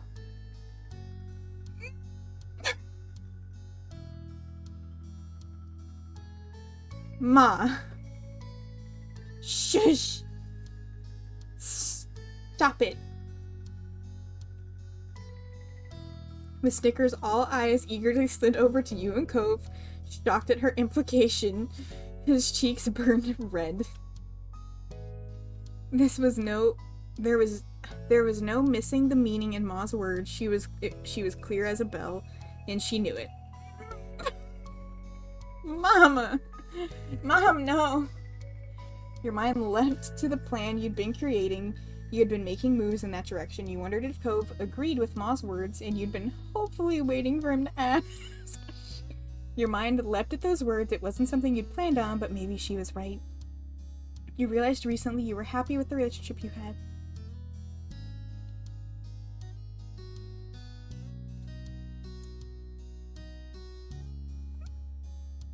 But you stared straight ahead, trying to conceal the marriage thoughts spinning in your head. The last thing you wanted was to pressure him into acting before he was ready. You caught Cove shyly rubbing at the light scar that was still visible on his arm. Ooh, it's his nervous tick.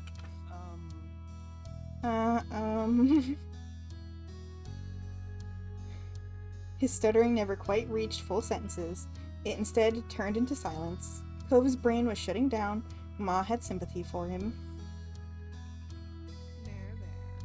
You don't have to say anything. It's just a little thing to ponder. Ma, please. At that, Cove's mouth snapped shut. With a stiff nod, he creakily glanced at you. If it was only the two of you here, you got the impression he would have had something to say. Oh? For now, a meaningful look was all there was. Right then, that's just back to what we were doing. After that, you enthusiastically began setting up the plans to meet with your friends. They were both able to come see you, having kept their schedules free for this, and you couldn't wait. Cove was also speedily sending text messages. Since you conveyed the plans to Terry and Randy, you imagined that he was letting his parents know about where he was going to be up to. The group continued to chat and catch up until it was time for your mom's brunch and your big meetup with your friends. Soon enough, everyone was out the door looking forward to their fun-filled afternoons and the dinner later that night. Once outside on the neighborhood street, you looked at Cove. He stood at your side with a bent smile. Give me 1 second. It's so fucking hot in here. I have to do something to alleviate it. So, give me just like a minute or two. I'm gonna get some ice water.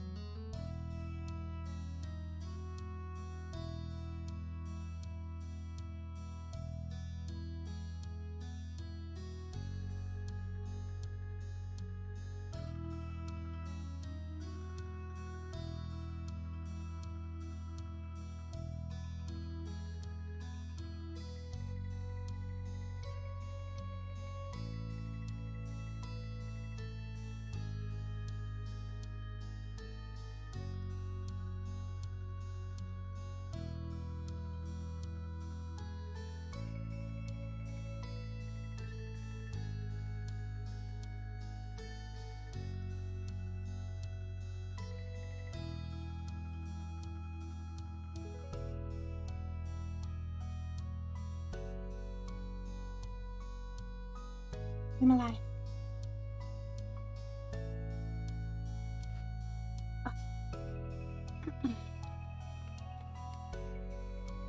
Carrie and Randy were driving into town while you and Cove were traveling on foot to meet them at an easier to reach spot. Man, we really are kids in Sunset Bird again, having to rely on other people who actually have cars to really get anywhere. Now we're stuck walking to whatever is nearby.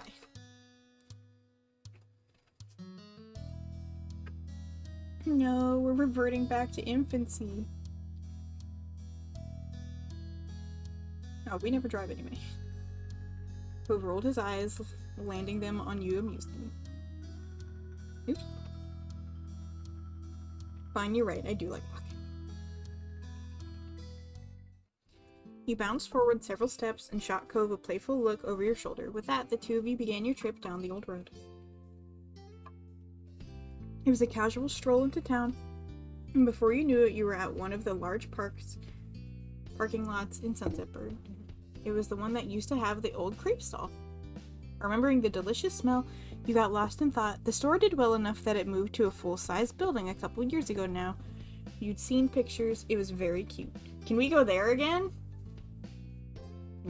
Crepes.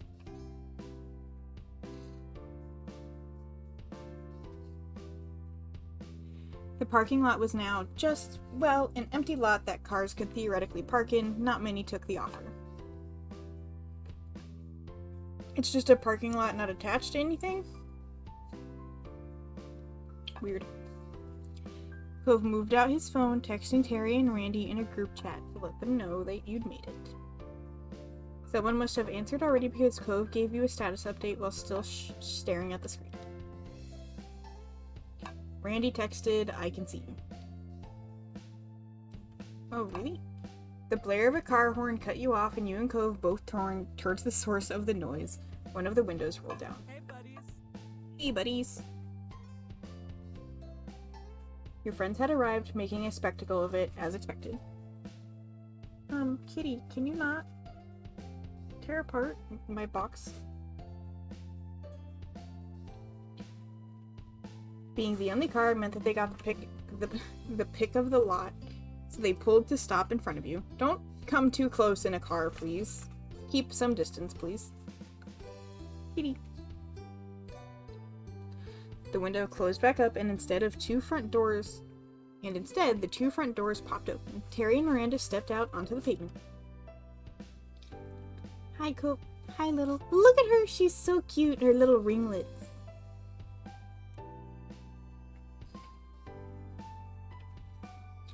With a cheery wave, Miranda skipped towards you. Terry, on the other hand, walked speedily over to Cove, squeezing him into a hug. A quiet laugh escaped Cove, along with the majority of the air in his lungs. He didn't fight the constriction, but instead gave Terry's back a pat with a large grin spreading across his face. When he let Cove go, Terry came right up to you. He held his fist up for you to bump it. I don't know how somebody that skinny can wrap their arms around Cove with any amount of force. Just saying, Cove is like a wide boy. You hugged him instead, you fist bumped him, you smacked the fist with a high five like a turkey. Hug him. Sidestepping his fist, you wrapped Terry into a big hug. He held you back tightly, rocking you back and forth excitedly. Look how tall that bitch is! Look how big he is compared to everybody else. Ow! Why? Why is he so big? My type. It felt so nice to have your friend group reunited as adults. Terry was currently a full-time lifeguard down at the busier beach at town over. You were proud of him and he'd helped a lot of people in his line of work. Nice! Miranda took Cove's hand and one of yours in her other. Her eyes alight, she gave you both a gentle squeeze. So great. I'm so happy to see you again. Hi, Terry. Hi, Miranda. He answered assuredly. It was clear that he was equally glad to see them. This reunion was long awaited. For a while, Miranda had been working hard as an assistant at a school while continuing her own education. She also kept busy running a small shop online selling crafted knickknacks she made. She owns an Etsy! Same, it's good to see you too. I missed you, it's been forever. You look so cute. You look so cute! Aw, stop that. No, you're adorable. The pink in her cheeks deepened at your compliment. I mean it. You knew how full Miranda's plate had been for a while now, but despite the busy schedule, she really did take the time to put together a fantastic look.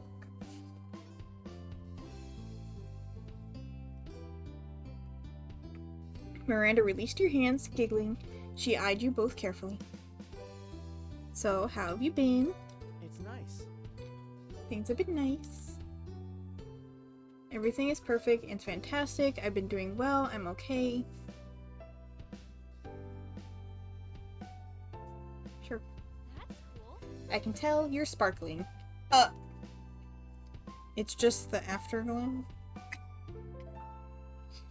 Nothing. Standing up straighter, you felt a surge of pride with yourself. You were really happy that you were in life and where the trajectory seemed like it was taking you. I'm really glad for you. What about you? I'm super.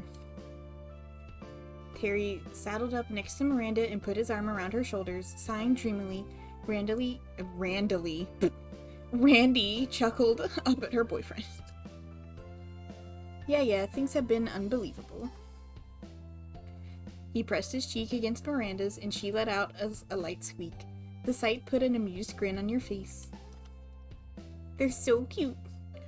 Your friends made a wonderful couple. They knew each other well and cared about each other. So it's like me and Cove. Everybody just knows each other. It's so close and so cute. It was no shock at all when you heard the news that they'd started dating. No, it wasn't. Not a shock. Fully expected it. I expected that to be talked about in, like, the 19-year-old section. Like, I fully expected them to be, like, by the end of it, dating. The corner of your mouth curled into a curled playfully while you took in the warm welcomes all around. At times, it was still kind of funny how your group of 4 friends evolved into 2 couples. Not that you were complaining about it, you thought it was an amazing thing. Cove then pulled his phone out and peeked at the screen. He repeated the motion every so often. You raised a curious eyebrow at his unusual behavior. Cove was too focused on whatever he was doing to even notice you noticing him, which was even stranger. He's being suspicious. So, Is there anything either of you want to do while you're here? Any place you'd want to see? I'd be up for a lot of things, but actually there's something that I want to do right here. Oh yeah? What's that? Terry poked at Cove's arm playfully. Miranda met your eyes, silently asking for you if you had any idea what Cove was talking about, and you shrugged. I don't know what this boy is doing half of the time. Most of the time. He just does whatever he wants. I just want to see my friends. Huh? Cove, you're already doing that. Well. True, but I could be doing it even more. You, Terry, and Miranda all turned to Cove with identical, incredulous expressions. His stare moved to a point past you 3, and you heard the scrape of sand and gravel underfoot. Someone else stepped into the parking lot. Startled, you jumped at the call of the worm voice shouting over. Sup, guys and gals? Hi, Derek! Look at the boy! Look how fucking big he is! He's so nice! I love him so much! I was so fucking excited when we saw him. So fucking excited. I love him. Sweet boy. Running a hand through his hair, the person who crossed the lot was unmistakably Derek Suarez. He was beaming the whole way. It's been too long, even though it hasn't actually been that long, but long enough. Oh wow, I'm so glad you're here. Oh man. Oh. I'm in a committed relationship, but hug the boy, yes. Big boy. It's big hugs. He was comforting and solid, but he was also big enough that it was hard to fit him in your heart. Yep. You could feel the rumble of his laughter against your cheek, and Derek held you in return. I missed you. He spoke to you gently. You were thrilled just being there.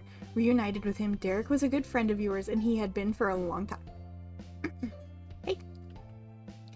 He waved over at Terry and Miranda pleasantly. Over the years, they all had met several times in passing, simply through being friends with the same people. Sup, big man? Look at the fucking difference. Terry is so skinny and slender, and then fucking Derek is huge. Fucking linebacker over here. Hey, it's great you could come. Cove put himself next to Derek, happy. He clapped his hand on his friend's shoulders. Thanks for coming. Thanks. Of course, thanks for inviting. God, I really want that fucking Derek DLC. I want to do it. I bet it's so fucking cute. Sheepishly, Cove looked back at you and the others. That's when it clicked in your mind. It wasn't his parents he was texting earlier. It was Derek the entire time. Derek is in town for a few months to help my dad and his dad with some work. Yep, I'm working on my own business thing too, but I'm still involved with running the scuba shop when it's called for. Very nifty. Nifty. Derek elbowed Cove. So, But hey, we don't have to stand around here for my sake. What's the plan? Let's hit the town. Eager to get going, everyone piled into Terry's car. The rest of the afternoon was spent visiting spots all over Sunset Bird, laughing and reminiscing the whole way. Once it started to get late, Terry brought you and Cove back to the neighborhood. You didn't have to walk there after all. You didn't get out until promises were made to see each other again before the trip ended. Side by side, you and Cove stood in the street and waved at the car as it drove away. Terry tapped the horn for a few honks while Miranda stuck her head out the window to wave back. You caught Derek in the back window, giving you both a wide grin. Sighing as soon as the car turned around the other street, you were finally out of sight. Or they were finally out of sight. Well, that was one party. Time for another. Ready to go see your moms? Always, let's keep the celebration going.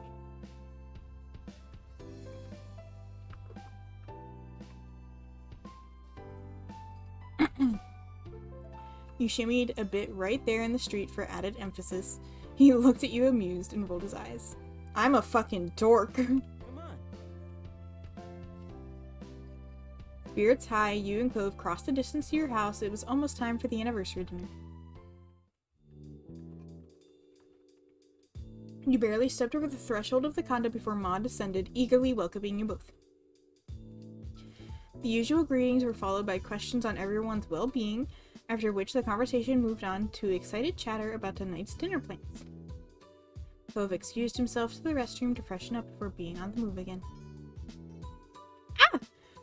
I forgot about that shirt. Hey, Fighty. Pretty good. Been a little busy. It's alright. I forgot he wore this shirt. I forgot about this shirt.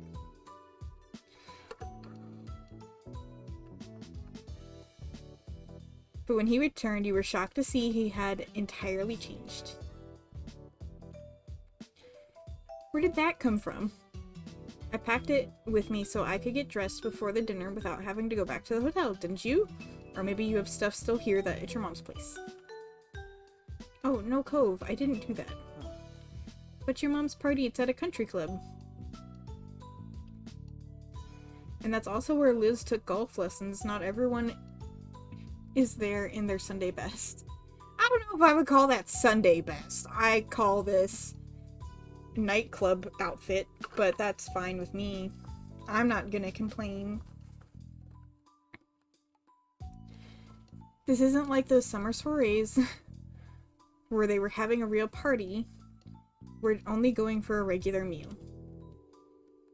Cove was befuddled by your explanation as you were with his actions.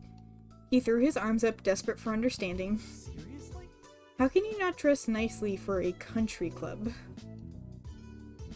I don't think the Sea Press is as special as you've decided it is. You saw Ma. She isn't wearing informal clothes. She's one of the guests of honor.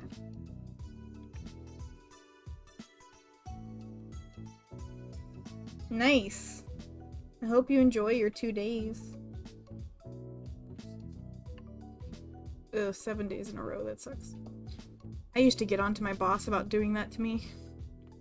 I'd be like, if you have me work that many days in a row, I'm gonna go nuts. I'm going to go insane. Break that big time slot up a little bit. You realize now that whenever you went to the country club on a normal day, it was family time with just you, Liz, and your moms. Each time Cove came, there had been exciting things going on. You never would have thought of that before, but his perspective suddenly made a lot more sense.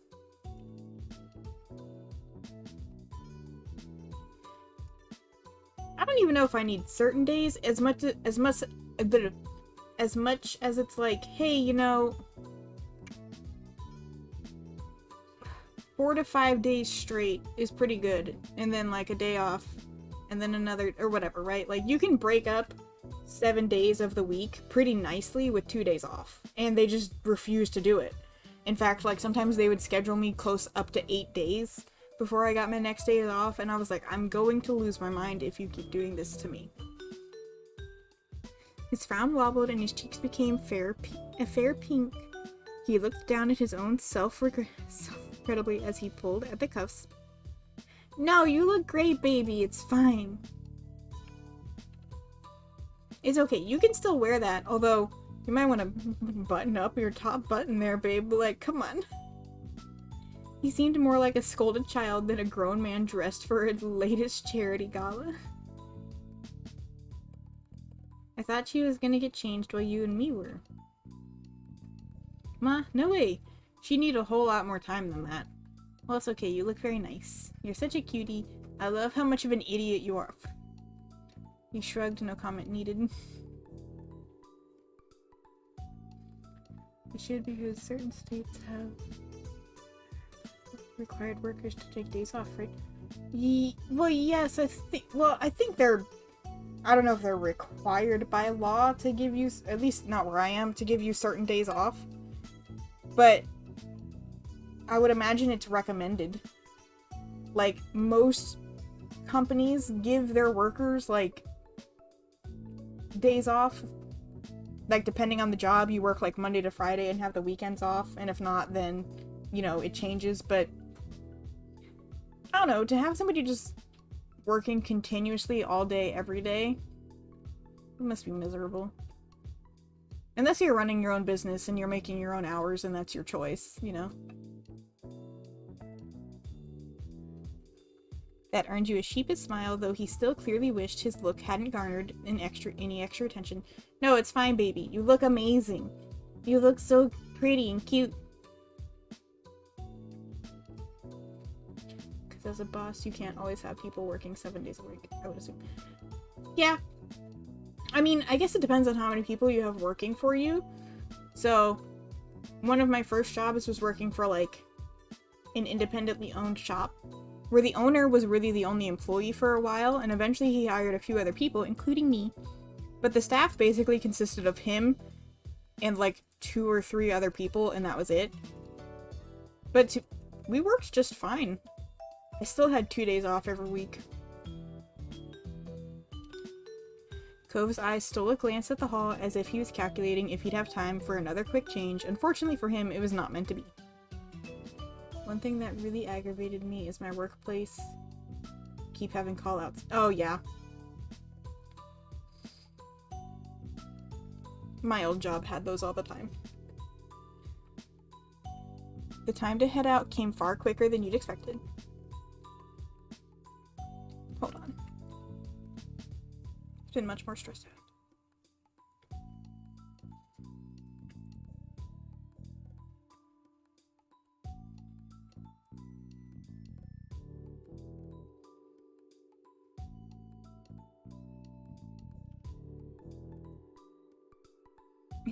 Cliff and Kira swung by the condo to make sure everything was in order, and for your second surprise of the night, Cliff was also in formal clothes.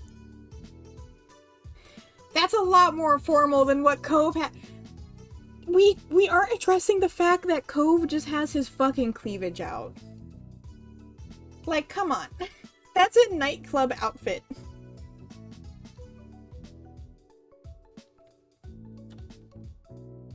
New people, yeah. I mean, you basically sound like you're going through similar things that my old store went through, which caused a lot of tension and eventually ended up with me no longer working there. But I think that's happening to most jobs like that currently. Like, that's just the way things are right now. Cove's face excitedly whipped towards yours at the same time. Cliff went to Kira's. The two men pointed at one another.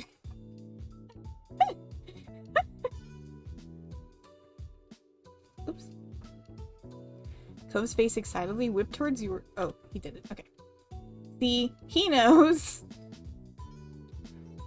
Damn it. Someone's showing their... No, the boy in the middle, Cove, just has the low-cut shirt. So he has his chest is showing. It's just a joke. Exactly, sport. Kira was talking to me like I was crazy. Clifford, your son only knows this because you're the one who raised him.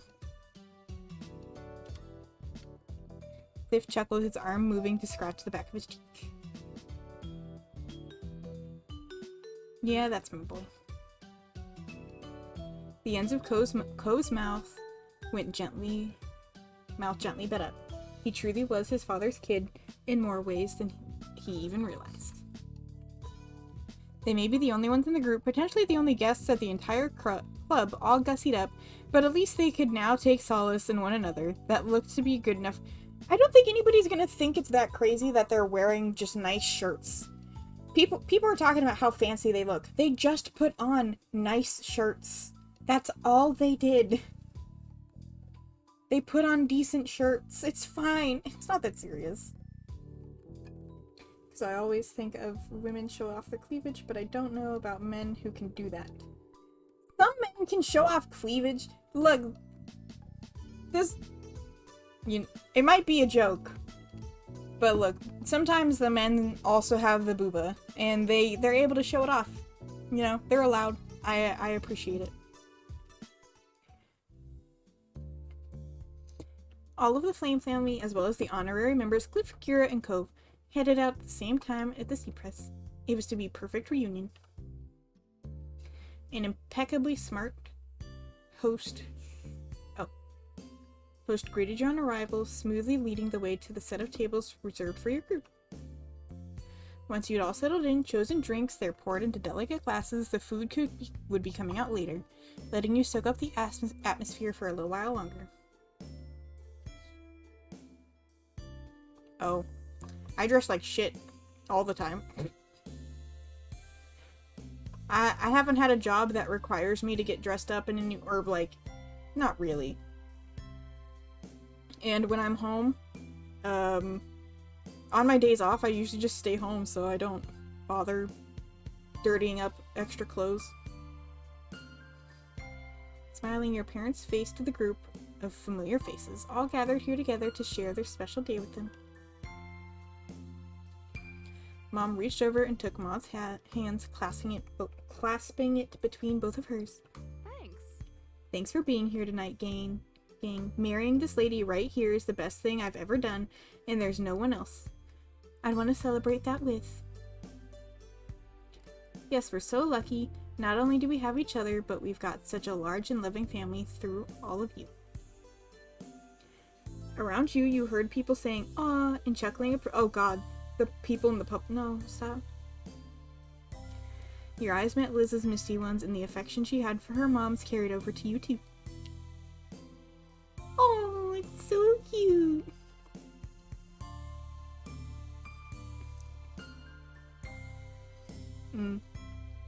You turned your attention towards the happy couple just as they leaned in to kiss, smiling all the while.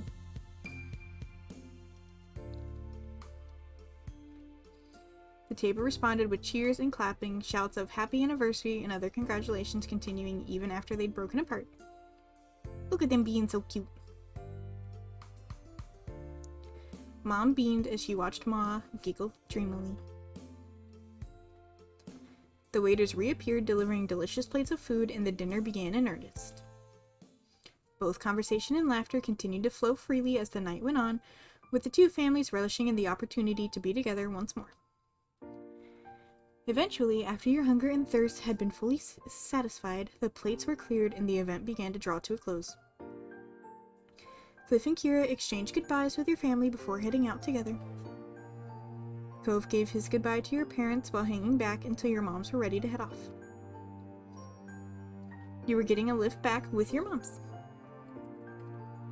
It was already late, so you discussed the possibility of going straight to the hotel rather than going back to the condo, but Cove had asked if they would mind taking him back to the neighborhood. He'd wanted to visit it a little longer. Your moms had happily agreed. Liz and Lee were feeling tired, so your moms swung by their hotels during the trip home while you and Cove made the full journey with them. Riding in the backseat of your mom's car with Cove felt more than a little nostalgic. As your eyes drifted over to him, his head rested on the window. It was hard to believe how much time had passed. Mom stretched as she got out of the car, smiling over her shoulders as she headed towards the house. Time to put my feet up. You two joining us? Cove shook his head. No thanks. It's your anniversary. You don't have to entertain me. I'll take a walk. It's never any trouble to have you over, Cove. Aww. Just let him do as he pleases, Lonnie, but you better not stay out too much later, or there'll be trouble. There will be trouble. Ma chuckled as Mom wagged her finger. Oops. Her expression exaggeratedly severe as she reprised the role that, in truth, she'd never really played. Neither of your parents had been particularly harsh as you'd grown up, Ma joined in the act. Don't go too wild just because there's no school tomorrow. Laughing, they made their way inside, leaving you standing out in the dark street with Cove. You didn't even need to ask him why, you already had the answer for this. He wasn't ready for the day to end. Without a word, Cove began to stroll down the road. You walked alongside him. You'd known your destination long before you arrived in the dark and utterly deserted beach. There were no lights down here, nothing but the moon and the stars for illumination. The only sounds were the gentle waves rolling in and out and the soft sound of the footprints you left in the sand. In other words, it was perfect. Cove stepped out into the waves without a word. He looked up at the sky with a smile and then tucked his head down and began to pull his fancy shirt off.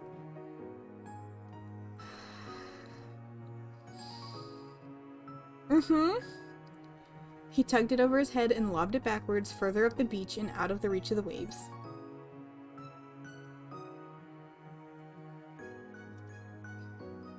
What are you doing? I didn't know I'd be getting it. Wait for me. You looked away, embarrassed. You followed him into the water. You better not go any deeper.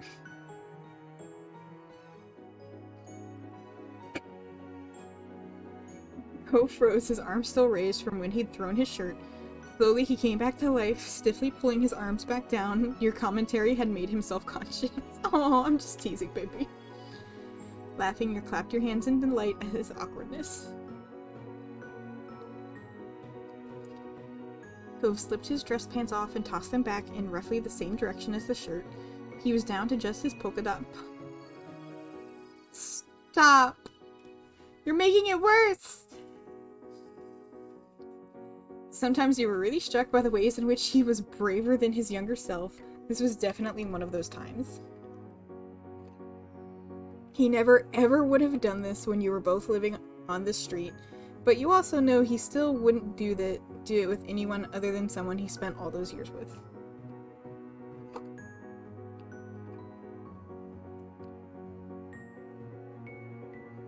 You took off your shirt so that you could swim. You decided you didn't care if your clothes got wet. You thought it was so wild that Cove was going to actually swim. Fuck it! Let's go all out for it. Cove waded further into the water until it came up to his chest, which is above my head. That's higher than my head height, I think. You unfastened your clothes and left them behind you, just as Cove had done moments ago. You didn't even bother to see where they'd fallen before following him deeper into the sea. We're never gonna find them again. The beach at night doesn't look like this. It's just blackness. It's like the ground is black, and then it just continues black. And occasionally you catch the reflection of the water or a wave, but it's just a void. It's wild. You're not gonna find your clothes again. They've just been eaten by the sand. Cove grinned as you approached. I'm gonna be in so much trouble with my moms when we get back. I guess. Yeah? Oh well. It's so cute. Oh no, don't do it. He splashed water at you as soon as the words had left his lips, giving you no time to prepare. The splash had caught you full on, leaving you sputtering and drenched. You bitch. You splashed him back, you swam away. Get him. Seeing what you were doing, Cove put his hands up for protection. It was no use. The water washed over him, leaving his hair soaked through. Cove sighed, then looked at you mournfully. The sudden shift in mood alarmed you, but those worries disappeared as soon as he opened his mouth. We're still not merfolk. The world is cruel. You snickered after a moment. Cove's mock sadness broke and he joined in. The two of you wound up drifting further down along the shoreline, chatting and enjoying the chance to be back on the beach that had provided the backdrop for so much of your childhood. See, this is why you lose your clothes when you do this. Because, so you end up going in the water, and the current in the water gently pushes you in one direction. Whether you think you're moving or not, you are. And like you would come back on shore and you would have to go looking for it in the dark. Eventually, a silhouette of structures appeared ahead. As you drew closer, you realized it was the old playground. Cove spotted it too and hurried towards it, dragging himself out of the water and heading into the park. Wet sand coated his feet and lower legs with every sand.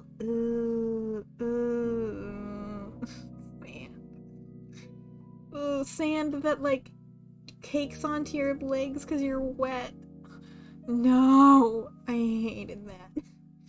Clinging thickly enough that it began to resemble a bizarre pair of boots. As you followed him, you wondered how many visitors this little park got these days. There were officially no children living in the neighborhood now.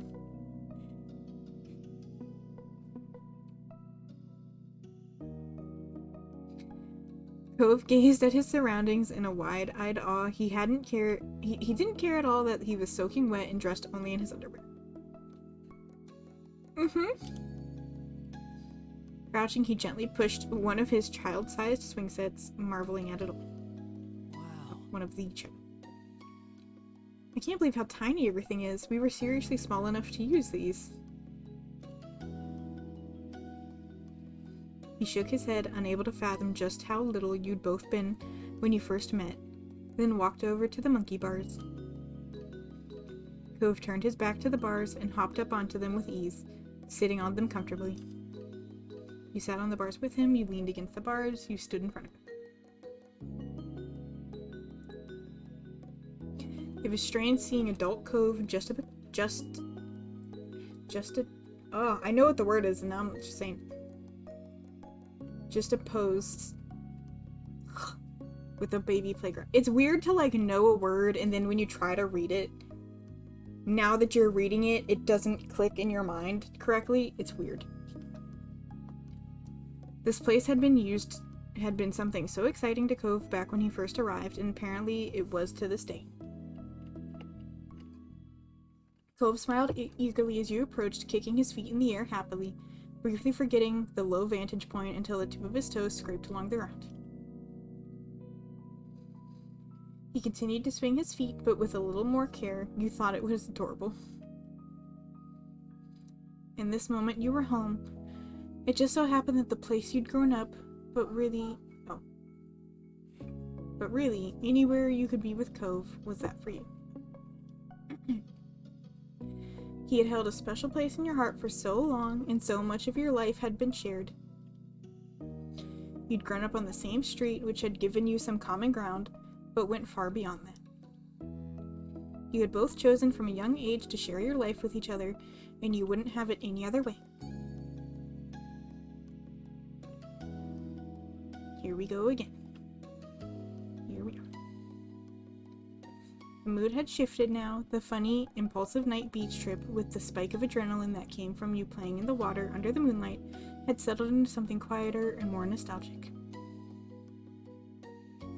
Cove leaned back, tilting his head towards the sky to admire the stars above. The dinner was really nice. It was great to do all of this. The smile he had when he spoke those words fell as quickly as it had appeared. It went by so fast they all came out here for the party and it's over. Liz, Lee, our parents, will all go back to our own things now. But what else can we do except say it's okay?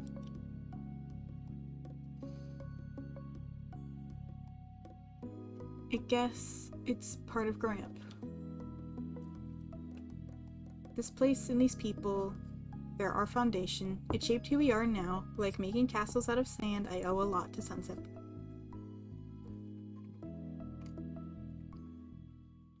His eyes crinkled fondly and Cove's voice was gentle when he spoke again. We had a good childhood, I think. I think so too. We're really lucky. I'll always remember those days. You're sounding so old now. It's nice. Yeah, this is a nice place to grow up. He shook his head, sighing heavily. Alright. His smile took an uncharacteristically harsh twist. You had a feeling where this was going. We better get home before your dumb parents, who don't know anything, get mad. He had to laugh at the half-hearted impression of Jeremy, the boy you met at this very park. He chuckled along with you for a moment before tapering off. I hope we don't get grounded. The jokes kept coming. It was very amusing to imagine that now that not only could your mom somehow ground you as a fully grown and independent adult, but that their powers extended over Cove as well.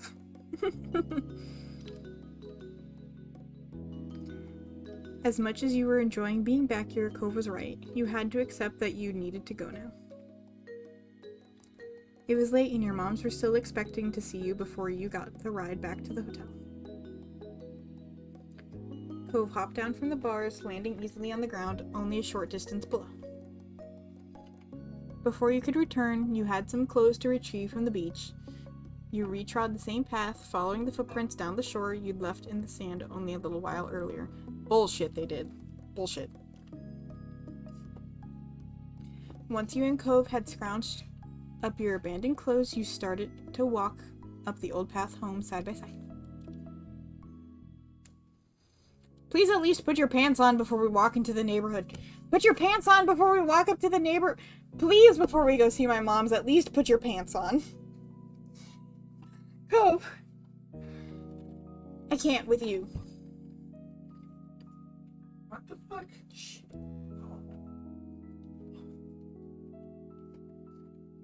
Drops of water dripped down your skin and fell down the road as you made your way back to your mom's house. As you and Cove were still soaked and sandy from your earlier adventure, it was like this you were leaving quite a trail in your wake. But you'd seen Cove's bedroom growing up, it was only natural for him.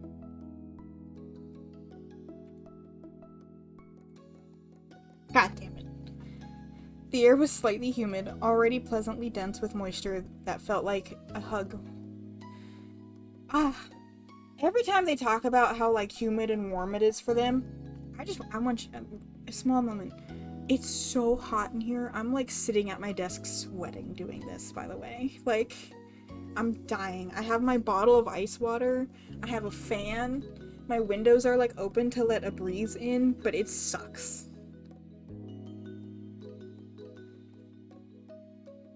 I need them to stop talking about how hot and nice and humid it is. Like, shut the fuck up. No, it's not. Humidity sucks.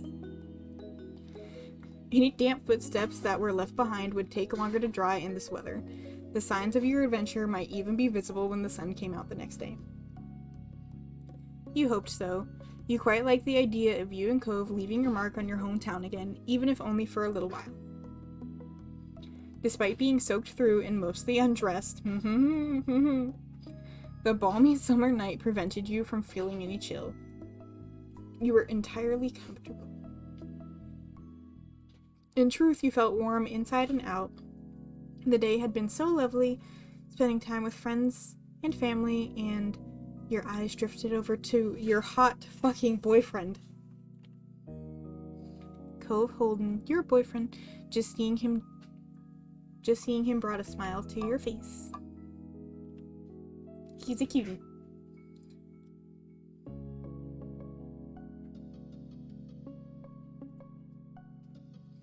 Cove turned to you, his eyes wide and adoring, and he bit his lip as he smiled shyly. You could tell that your words had touched him. It's not the only thing that's going to be touching him. We're not going to talk about that right now. I feel the same way exactly. He held your gaze a moment longer, looking straight at you as he spoke again. I love you. I'll love you forever. You envelop him in a hug, you playfully bump against him with your side, you kissed him, you reached for his hand, you nod, pleased at how tonight had played out. Are we gonna make out, half naked in the middle of the street? Yes. Catching him by the hand, you stopped Cove in his tracks and pulled him close, your heart somersaulted as your lips met. At this moment, with the quiet seaside town at rest, it felt like it was just the two of you in the world. Cove returned the kiss, gently cradling your head with his hand until you broke apart. You were full of joy, all other concerns, and the day-to-day stresses of normal life were squeezed out by it. All you could think of in that moment was how your life was wonderful. Every second and every day needed to end sometime, and that had nearly come for tonight. You had to get at least some rest and bring it all to a close. And so the two of you went inside to say goodnight to your moms, as well as clean yourselves up the best you could. Your moms, both in pajamas, ready for their own sleep, hooted with laughter as you came inside, shoveled and damp, and their teasing continued until the car came to get you to the hotel. I hope to God we at least put our clothes back on before we stepped inside the house. But whatever, I guess. Cove stays silent as he put his casual clothes on again, placing the formal ones back in the bag he brought them with. You'd given Mom and Ma plenty of material for the mock scolding, and you got a playful lecture about not getting into the water without bothering to change first. You just grinned at your partner in crime, feeling like a naughty kid again. It had been worth it. By the time you and Cove finally dragged yourselves to your hotel room for the night, the sky had been dark for some time, and the lonely hotel hallways were quiet. The late hour made you feel a sense of fulfillment. You really were making the most of your trip. It was such an odd thought that this was almost over. You had settled into a new routine naturally. All the familiar streets and faces made everything easy to get used to. The two of you drowsily shuffled past the ice machine and into your room. Oh, ice machine. Yes, I want to go climb inside an ice machine. Cove set his phone on his bedside table and you followed suit. You both started settling in for the night. The hotel room was a welcome sight after your long day. You noticed Cove rub the back of his neck and yawn. His voice was quiet and distant. I really do, though. I really do need. If I had enough ice to fill my bathtub, you bet your ass I'd be doing that right now. Ugh.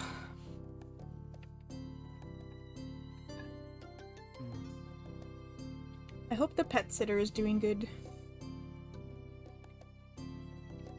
The wish wasn't exactly directed at you. It was just a sleepy thought that Cove had unleashed upon the world at large, but you still agreed. I hope so too. Cove still kept fish after all these years, delightful, colorful things in huge aquariums. He spent a lot of time when he wanted to relax just watching them swim. You also had adopted a pet who you loved dearly. Your home was a lovely place full of critters that both of you cared for. That was why, with both of you gone, it had been important to find a decent pet sitter. Cove's anxiety about leaving them hadn't subsided. Over the vacation, you had caught him a few times texting the pet sitter and asking about his fish. I'm also worried it'll be okay. You were even more tense than Cove. Cove turned his head to you, a nervousness still coming off despite his exhaustion. I know what you mean, but you chose that person for a reason. You trust them. But they're all fine. They just miss you. Cove smiled, appreciative of your comfort. You nodded in satisfaction. Mission accomplished. Cove yawned widely. He seemed confused at the magnitude of it. He groggily blinked at you. I think it's time for bed. He squinted at your wrist as if looking at a watch. It's bedtime o'clock. You fucking nerds! The two of you got changed, brushed your teeth. In no time at all, both of you were cozy and ready to sleep.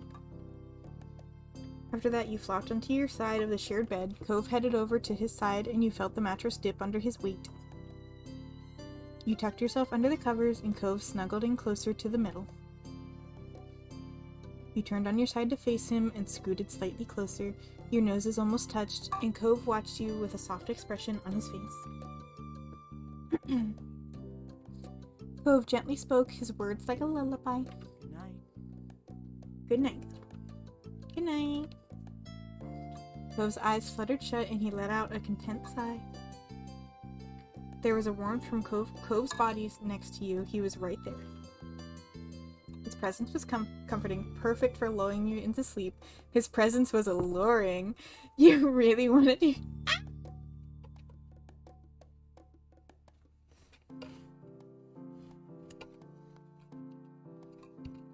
We all know which one I'm gonna pick. Like, it doesn't... It's not a question.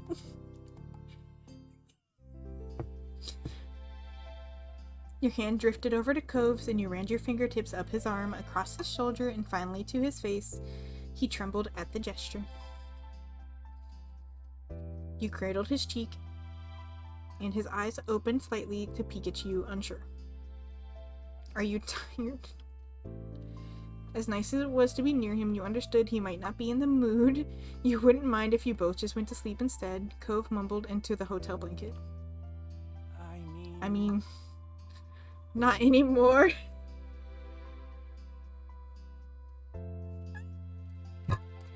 Oh god, I almost dropped my water bottle.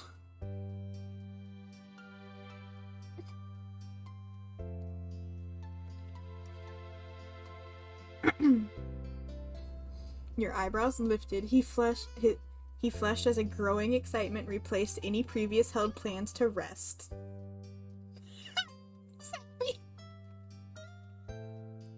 Savvy, no.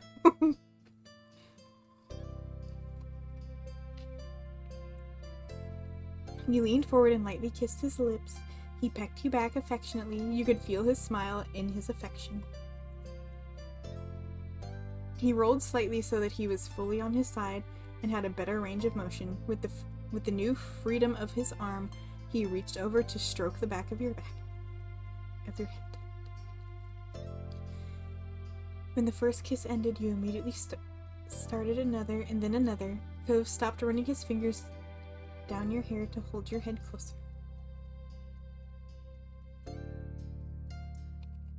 This isn't a question. We all know how bad I am. It's terrible.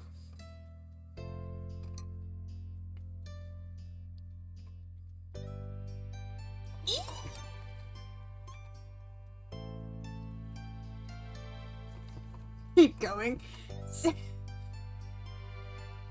I don't need an enabler, but I have them anyway. Oh god, hi Rafa. What a time to come back.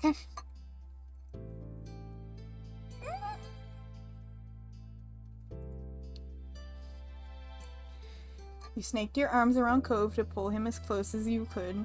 You savored the heat of his body against you. Did I arrive at a good time? Sure! You pressed into Cove as long as you could manage before needing air. He responded just as desperately. I guess we'll just go down the list for the most part. You tugged and pulled at Cove's soft pajamas. It stretched under your fingers. Cove started to run a hand through your hair again, sweetly carding through all of the strands. It was a never-ending reassurance that he was here and he cared about you. That would never happen with my hair. My hair is like super curly and it's constantly just tangled up in itself. So if you try to run your hands through it, it doesn't happen. It's just not gonna happen. My day has been pretty good.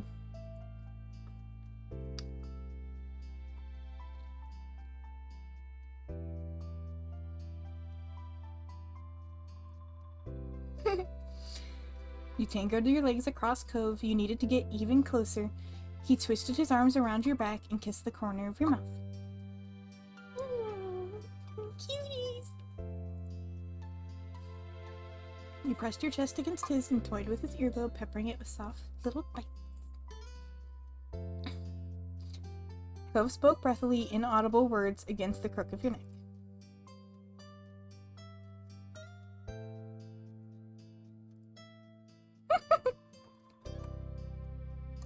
You bent over Cove, the covers wrapping around you, and kissed all the way down the side of his neck. Cove squirmed under your touch and made a new, pleased noise with every touch. Shh, fuck it. Go for it. You slid your hand down his back, lingering and caressing as you pleased. However, your touch had a purpose, and you kept going until you grabbed his butt.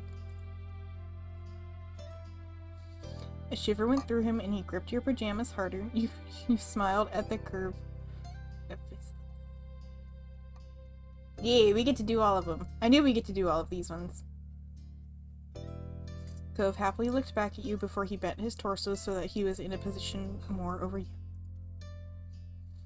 He kissed you and ran his tongue along the bottom of your lip, and you kissed him back eagerly, encouraging further. Cove twisted his head towards his pillow and squished his face into it, letting out a sigh. You smiled and you snuggled up against him, both of you starting to settle from the heated moment. Cove's face remained pressed into the pillow, and you watched his chest rise and fall visibly in his deep inhales. But his arms stayed around you, holding you close. When his breathing slowed, he shifted back over to meet and met your eyes. Cove nuzzled his cheek against you lovingly and whispered, "We really shouldn't stay up all night." Bullshit. We're on vacation. You accepted Cove's judgment. He was right. You both needed sleep for tomorrow. You curled up comfortably in each other's arms, ready to actually settle down for the night. Your eyes fell closed sometime after. You were not sure exactly when, only the fact that you were now too heavy to open. You felt a mixture of bitter and sweet emotions. You were happy to be here, but sad it was ending. There was a relief that you would soon be in your own home again, but also wondering when you could return here. There were many more feelings swirling around in your head, and that hadn't even crystallized into thoughts yet. Paradoxically, you felt nice, but also confused. But then also nice from confusion. In the back of your mind, you realized that you really must be tired. Unsurprisingly, your exhaustion did not give you too much time to muse on your emotions, and in what felt like seconds, you were already dreaming.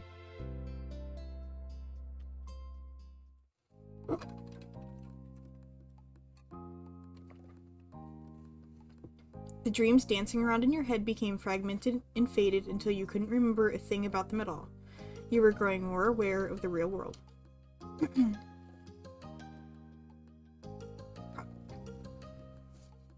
You woke up feeling enveloped by warmth. Humming happily, you felt Cove's fingers trail up your...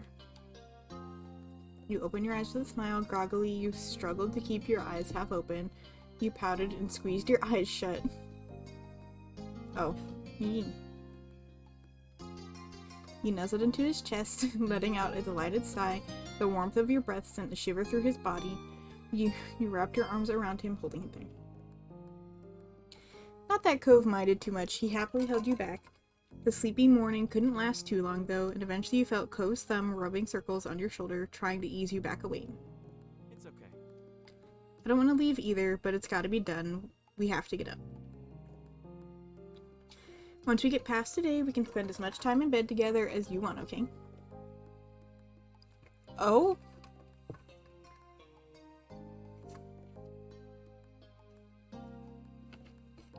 Okay. Delighted, you nuzzled your cheek against him again. You could feel his fingers aimlessly drawing squills and circles on your skin. I like the sound of it. You sat up fully with a big yawn, stretching your back and then your arms and lastly your neck before accepting the day. The blanket fell to the side while you guys hung your legs over the side of the bed. A part of it almost got caught on your foot, but you kicked it away. Cove slipped out of bed on the opposite side. Today would be your last day in Sunset Bird. The only thing you had planned was some family time in the old neighborhood. You figured you'd see where the day took you from here. Yawning again, you glanced over at your clothes. There was just one more day to live out in your bag. I'm really looking forward to having my full wardrobe again. I don't have anything clean left, but oh well. Hey Cove, is there anything you'd like to see? He'll just say anything, right? Like, he's cool with anything. He's like, you know, just wear whatever you want.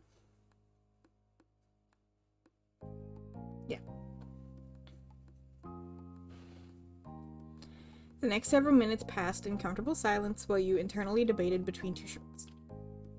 Oops. Alright, let's get things going. Our families are waiting.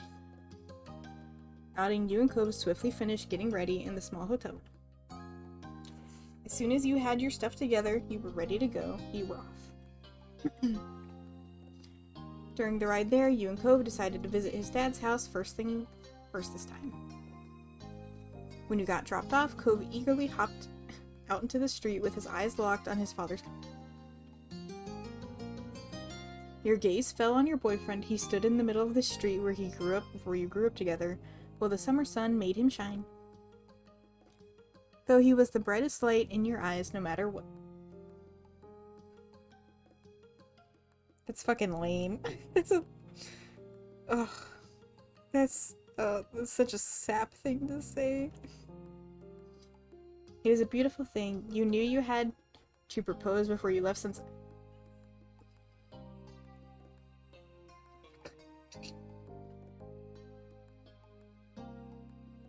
Kill me. You wouldn't give up a single second of your time with Cove. Meeting him there, you were looking forward to how today's chapter would unfold. Cove strolled up to his old front door and casually flung it open without bothering to knock once again. You followed at his side as he poked his head in, and you closed the door behind you both. You found Cliff and Kira in the kitchen getting breakfast ready. Kira was cutting an apple while Cliff was watching the frying pan sizzle. Cove's parents waved from across the room, not straying from their tasks. Good morning, you two. Morning and hello to you. I hope you slept well. Thanks. Thanks for swinging by. You're more than welcome to join us for breakfast here, if you hadn't already eaten, of course. We haven't yet, though even if we had, there's always room for more. Kira chuckled. She put down the knife she had in her hand so that all of her attention could be on her set.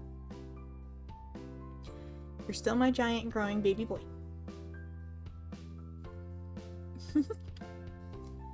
Kira didn't pay Cove's whining any mind. Instead, she put a finger up to her lip as she thought, her eyes on you, and then glimpsed towards the window.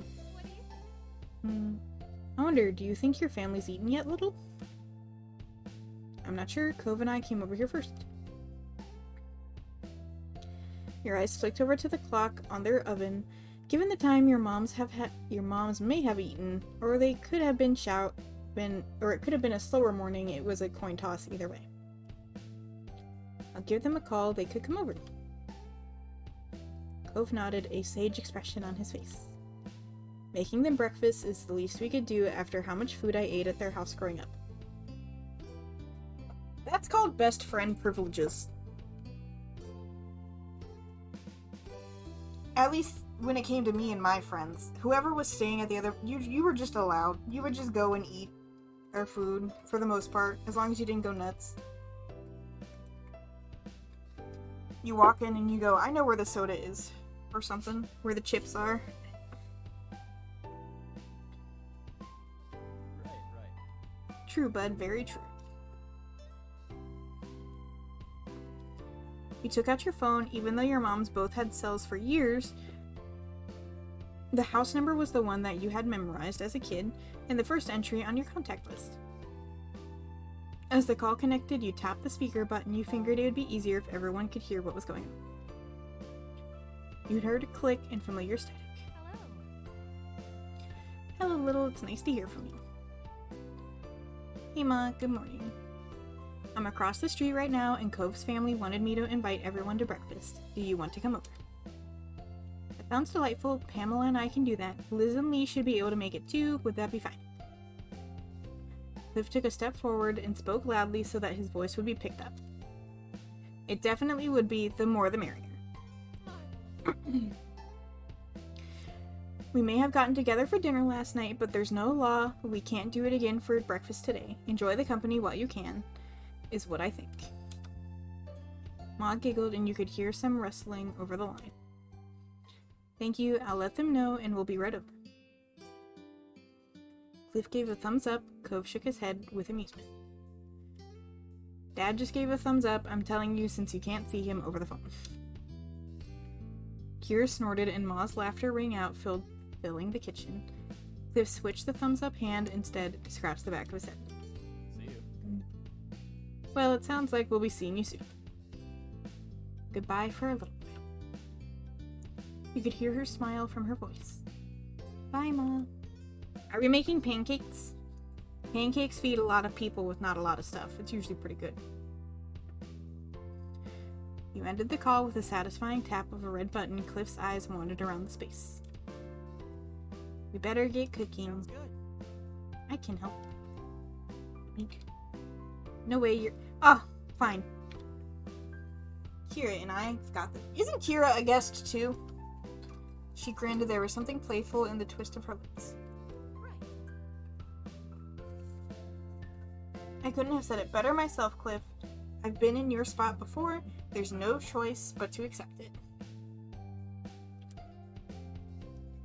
Cove sighed, but from the sparkle in his eyes, you could see that he was entertained.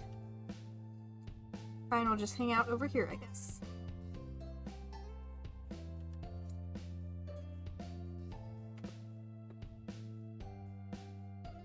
Sorry, I got distracted by a little tiny kitten. I had to go give her a pet.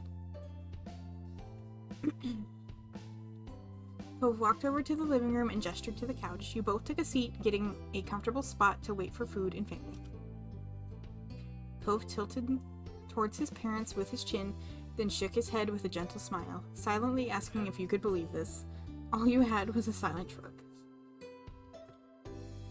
Time passed, filled with light chatter. Cove kept a careful watch on his parents' culinary progress and teasingly kept a running commentary. Dad added another pinch of salt. I wonder if that was a good idea. Cliff had to raise his voice to project over the living room. He sounded very amused. It's funny that you, of all people, are commenting on my salt usage. We were both born and raised in saltwater. Besides, I'm sure you remember back when you were about 12 and tried to make Cove flush slightly, but his smile remained as bright as ever. Do you really want to start talking about cooking mistakes, Dad? Because I remember a lot of things too. Like, what about that chowder that was supposed to be a pie? What? Cove and his family were quite a show to listen to. You chimed in occasionally, but most of you provided a laugh track. Eventually, there was a rhythmic knock on the door. He said it loudly for his parents' benefit. You nodded and got up to greet your family. When you opened the door, surprisingly, there were no moms. Terry stood in front with Miranda at his side. Derek waved from behind them. Hey buddies, we came to see you two before you left. The plan would have been to go over to Little's house next if you weren't here. Luckily, you two weren't too hard to find. You know, there's only really 3 places you have to check. What he said, and hi. Cove burst into happy laughter. His brows were high and surprised, not unlike how he looked after unwrapping a nice present. Wow, thanks for coming. Killer's voice carried through the house from the kitchen. Cliff likewise projected. Great, the whole gang will be here. You heard the sound of a cabinet open and shut, a pan clattering, and the faucet turned on. Are we interrupting something? My parents, sister, and cousin are coming over for breakfast. They should be here any minute. Yep, but my dad always makes a ton of food anyway. It's no problem for you guys to join.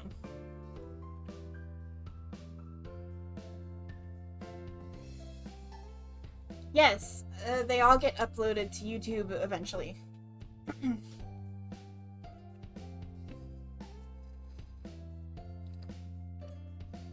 Cove waved off their concerns before pausing with a thoughtful hum. The only real problem is, do we have enough spaces for all of these people to sit?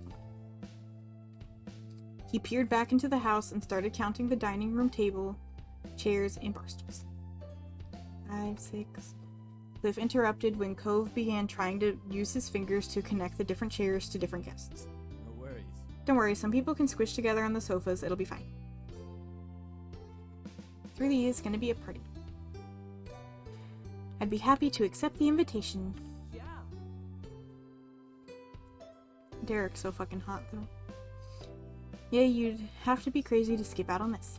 Thanks. Thank you for making room. We're really glad that you came. Your three friends piled into the house before they got a chance to settle in. The doorbell rang. Only Miranda had sat down. All right. Now that has to be them. People laughed as he walked back to the door to open it up.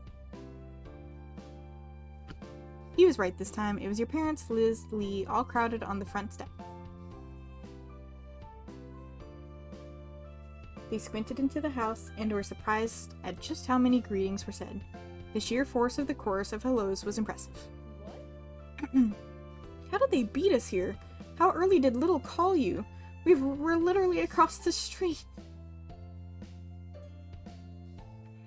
Terry snorted at your sister's confusion. He seemed quite pleased with himself. We were a surprise. We called ourselves. Cool. Very cool.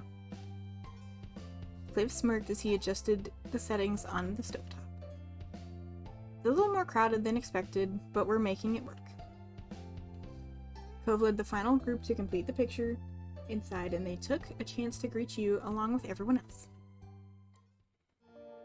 When the excited energy buzzed around the table started to calm, you had a second to truly appreciate this view, the most important people in your life all together again. It still felt too good to be true to have everyone here.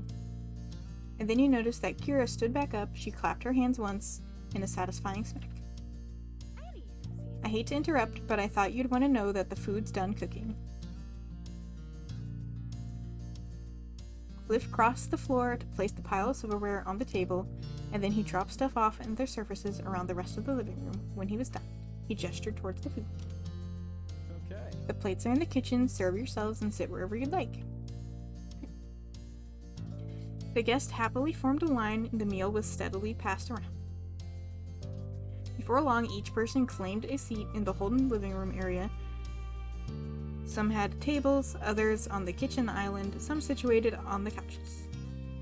Conversations trickled across the various clusters of friends, and everyone dug in. Ko finished his plate in record time with a pleased sigh. He put his fork down and surveyed the room. This is really cool, just how we're getting to do this kind of thing. I like this too, Cove. I hope we'll be able to make this happen again. Of course, there will always be more reasons to get the gang back together in the future. Yes, the two of you might even dare to celebrate your yearly anniversary. Gasp. Every year. The smirk on Liz's face grew even wider as your moms giggled at her teasing. Ma shook her head, chuckling softer now. Josh. Liz, shush. True. Honestly, we just might. You've made a good point. It does come around every year. You should. Seriously, you deserve a big celebration for your magical day. The kids are right. You've got a lot of people who want to appreciate you. You've got to give them a chance. It's true, I know I have a lot to thank you for. There were more nods of agreement around the room, and your moms took each other's hands for support. Neither were expecting so much encouragement. We'll think about it. She'll think about it, and I'll tell Lonnie to stop thinking so hard if she doesn't agree. Good. Good job, Mom. Now with that settled, let us continue to enjoy this perfect gathering. Agreed. Actually, want to know who else being here would make this extra perfect?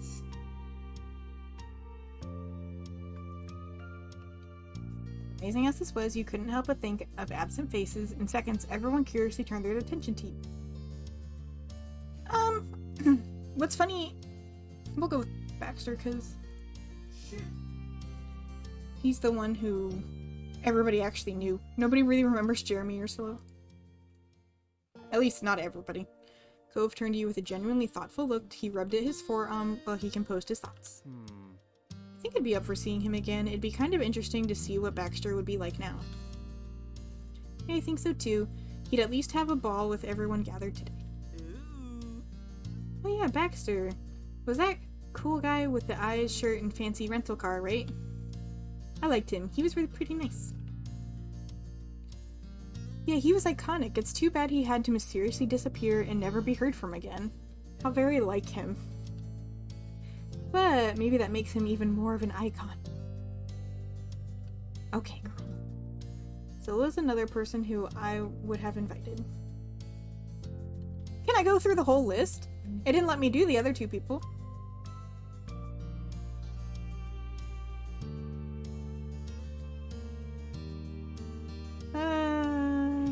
Let's go through the whole list. Why not?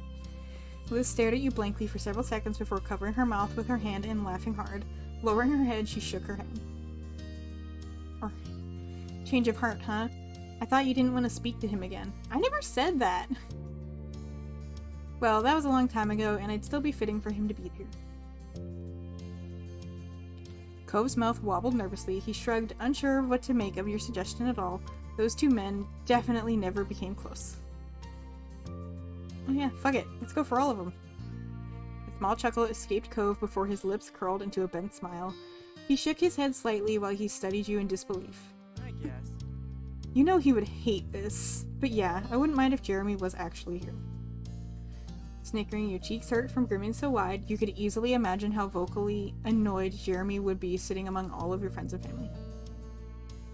It was amazing that despite the twists and turns life threw in your direction, you still kept in touch with that angry little boy you met one summer a long time ago. Somehow the universe brought you both together again as teens, and since then you'd continued talking on and off for the past 5 years. You appreciated the occasions that you got to check in with him. Since becoming an adult, his personality had gone through a few more changes. Jeremy was definitely still downcast and dry, but he got back some of that fighting spirit he had as a kid. Hey, nice. Smiling to yourself, you felt that things kind of came around full circle that way. His negative attitude aside, Jeremy did well for himself. He was going to graduate a well-respected business university very soon. You were genuinely happy for him. Ace. And as much as he protested the very notion, you were pretty sure that Jeremy was going to end up going back home and helping his parents run their small hobby shop. Cute.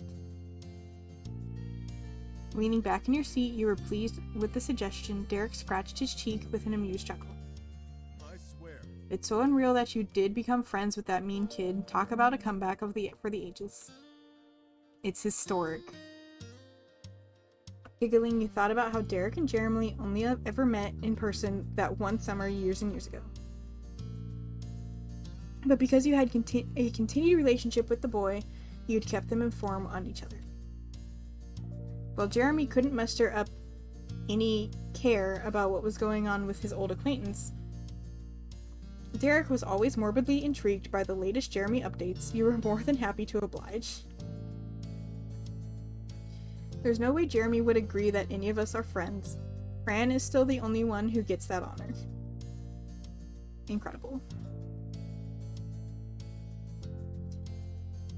Being people he's decently familiar with is still close enough when it comes to Jeremy.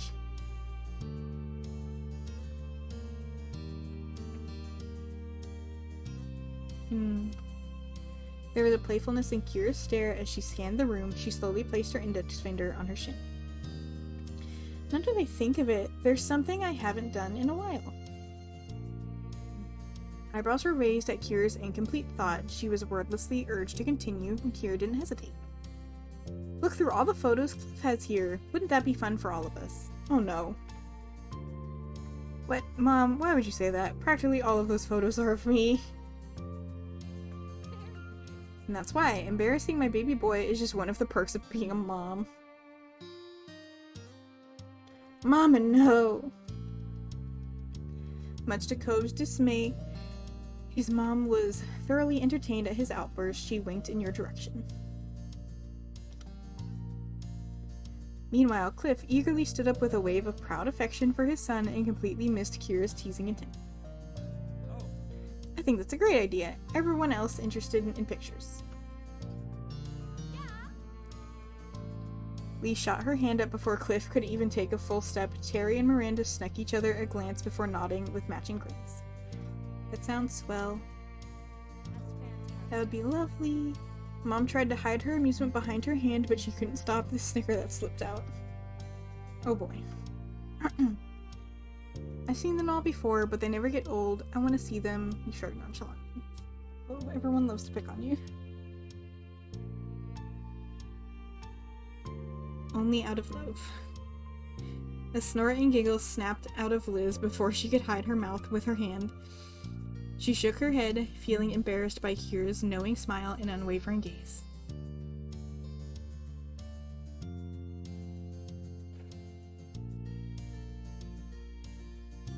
Horse.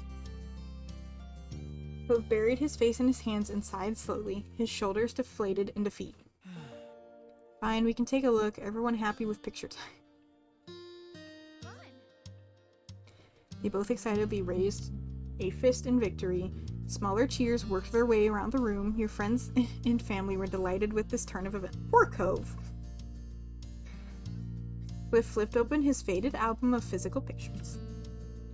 He held it up to his face, the corner of his eyes crinkled, and though the book covered much of his face, you were certain he was smiling fondly. But he didn't keep it all to himself for long. Laying the family album on the dining table, you and the rest of the party gathered around to get a peek. Baby!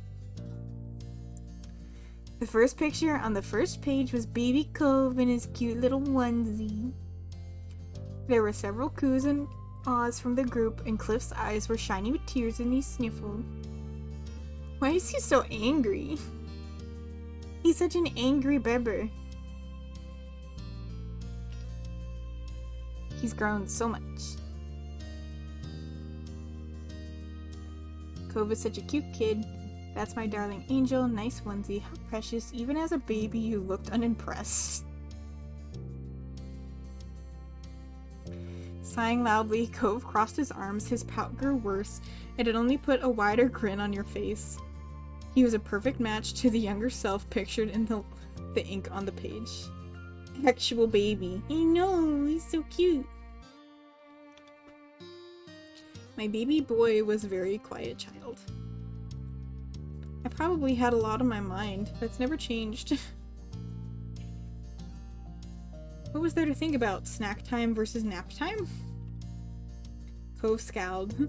Meanwhile, you and Kira couldn't help but crack up into fits of laughter. After breakfast and the photo showcase, everyone decided to stick around. Hanging around Mr. Holden's house turned into taking a walk around the neighborhood, and then, for lunch, you switched over to your mom's condo. It was a really good time enjoying each other's company, but eventually the sun began to set and there was nothing else to delay your friends and family from going home. Inside your mom's house, the home you had been raised in, the group was taking their time saying their goodbyes. It was tough for you, your family, your friends.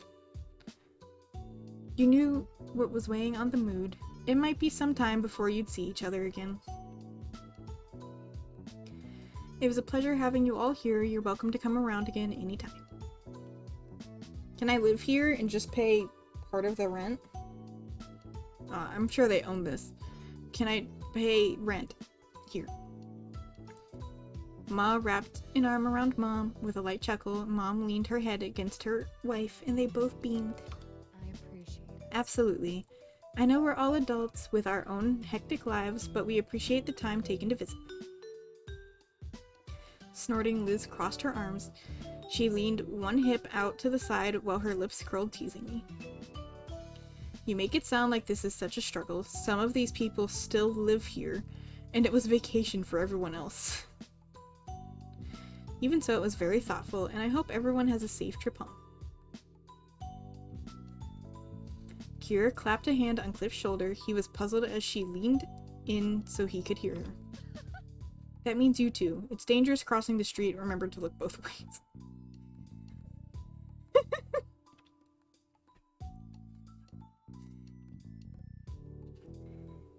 Yeah, good luck with all of the important grown-up things I'm sure you'll have to do when you're all out of here. Definitely. I'll give updates next time something exciting happens or something lame so I can vent about it. How nice. I'm glad Lee won't be forgetting the little people. Never ever. I'll keep in touch too. Very nice. You better. Well, me and Randy aren't going far, so we can keep an eye on the town for the rest of you. Nothing will get past us. Right, we'll make sure everything is okay, no need to worry at all. Thanks. That's kind of you. Miranda and Terry gave each other pleased smiles, already committing to their self-appointed tasks. Derek scratched the back of his head, wearing a pensive look. It's always sad when I have to leave this town. It happens too often. But at least there will be people looking out for Sunset Bird. That makes me feel better about it. After a pause, Mr. Holden gave the younger folks a thumbs up. Great. That's all great. You've got a lot to be proud of, and a lot to be looking forward to. Well said, Cliff. I'm thankful that I've been privileged to witness the growth you've undergone over these years. You've each matured beautifully. Cove was touched by his parents' word and struggled to come up with something to follow. It's been good seeing everyone. No one had taken a step yet, and you couldn't put this off any longer. It was time to say goodbye. Goodbye, we'll see you again. I'll miss you. This is fun. Thanks for being here. Me too. Today was even better than I imagined. I don't know what you're gonna do without the kids around. I know, they keep us young. We're not that old. Some of us still got it. Damn, Mama. She winked at Cliff teasingly, and he shook his head. Both of your moms laughed at that. You caught several more cracks of smiles among your friends. Afterwards, there was more sniffling and hugs, a lot of hugs, and then people started trailing out into the streets, seeing others off. Your friends and family got into their cars and left the neighborhood. By the time things had fully settled, you realized that the sun had set. Earlier, you and Cove decided to have a car pick up you both. Neither of you wanted to bother your parents after such a long day. It would be a little while longer before it would be there. It was the right choice. As both sets of parents shot you weary looks, the four seemed ready to call it a night. It didn't take either you or Cove very long to assure them that it was okay to head home and go to bed. With one more round of good nights and goodbyes, your family returned to the condos. Then the only people left on the street were you and Cove. Cove closed his eyes, humming happily. While he waited for it to pass, he stared up at the sky. Cove's hands were in his pockets, and his shoulders were relaxed when he caught your attention with the tilt of his head. Can you guess what I'm thinking? No. Well, at that moment, you were in the neighborhood you grew up in together, with some time to... Oh! You rolled your shoulders back and pretended to crack a few of your knuckles. An amused look fidgeted on Cove's face while he observed you silently. Could you perhaps be thinking that the fireflies are out now? Right. Do you want to go to Poppy Hill before we leave? Always. There was an eager bounce in your step as you and Cove crossed over towards the hill behind your mom's house. Side by side, you stared out at the view in awe. As you imagined, the hill was dotted with glowing firefly light. It perfectly reflected the memories of childhood held closely in your mind. Cove sighed contently, seeing them across the hill, weaving in around the blades of grass in stars above.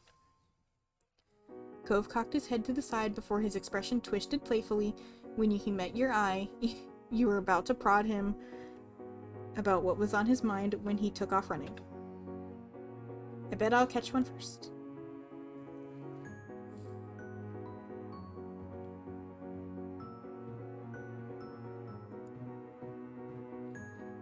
A particularly bright firefly zapped past your face, and you couldn't let it go. You chased after all over the head. Goddamn.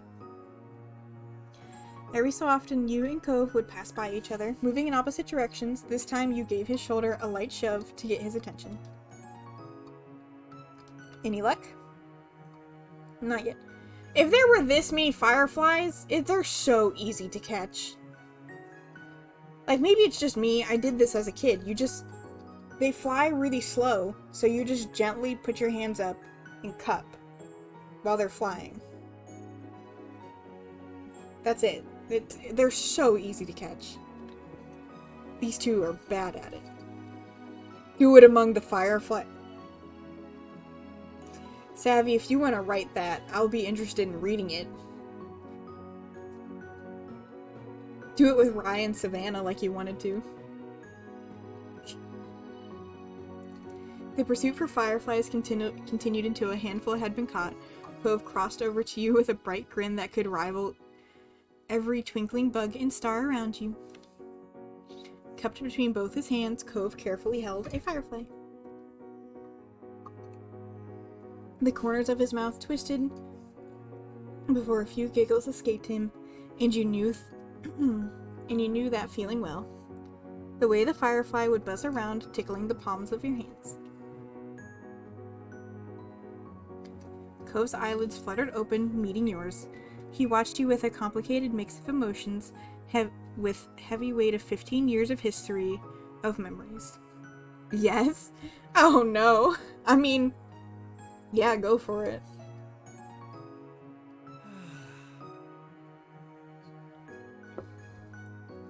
I await eagerly, I suppose. It's really a relief that I got to see the fireflies. This trip wouldn't have felt complete without it. Yeah, I think you're right. You spotted another firefly lowering to your eye level before looping up to the top of Cove's head. It landed right on his hair and you smirked. What? You have a very tiny firefly head. I do? Before you could answer, the firefly took off and disappeared into the night, and you gave it a tiny wave goodbye. Well, that didn't last very long. That's too bad. I'll remember them as my tiny hat forever.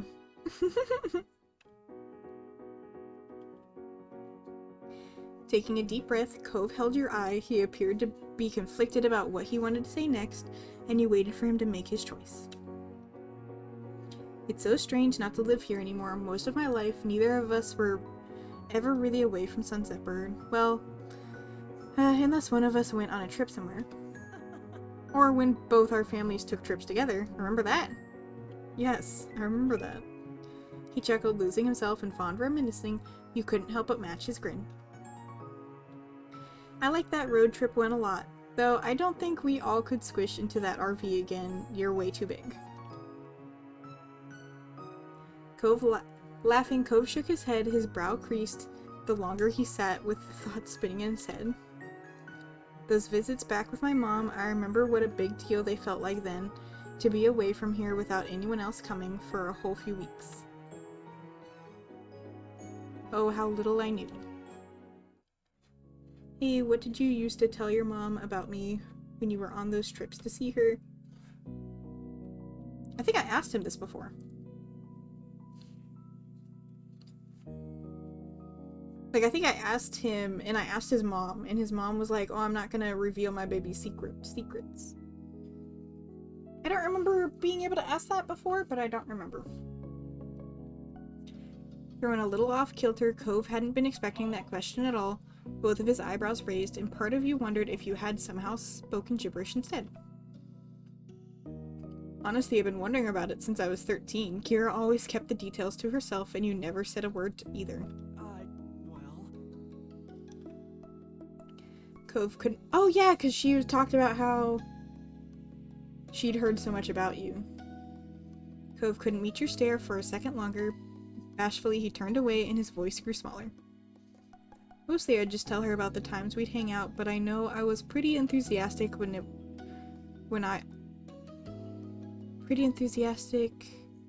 I was, because you are someone really special to me. And I admitted that much to my mom.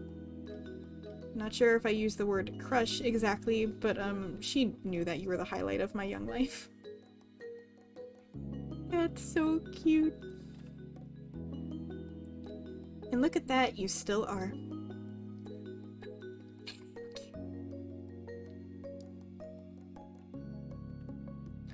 He delivered that final thought earnestly enough that you stopped breathing altogether.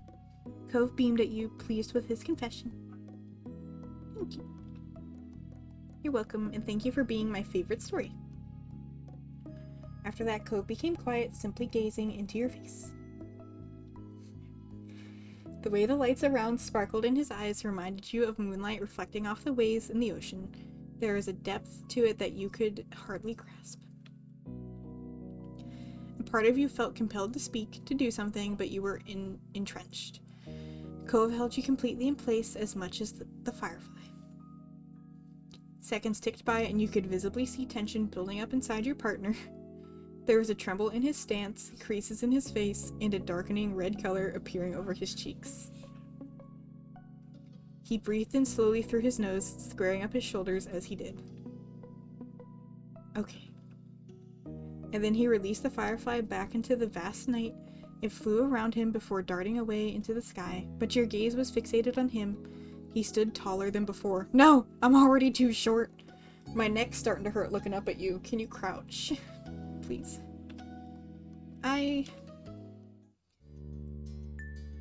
Suddenly struck with emotions, the words cracked in Cove's throat.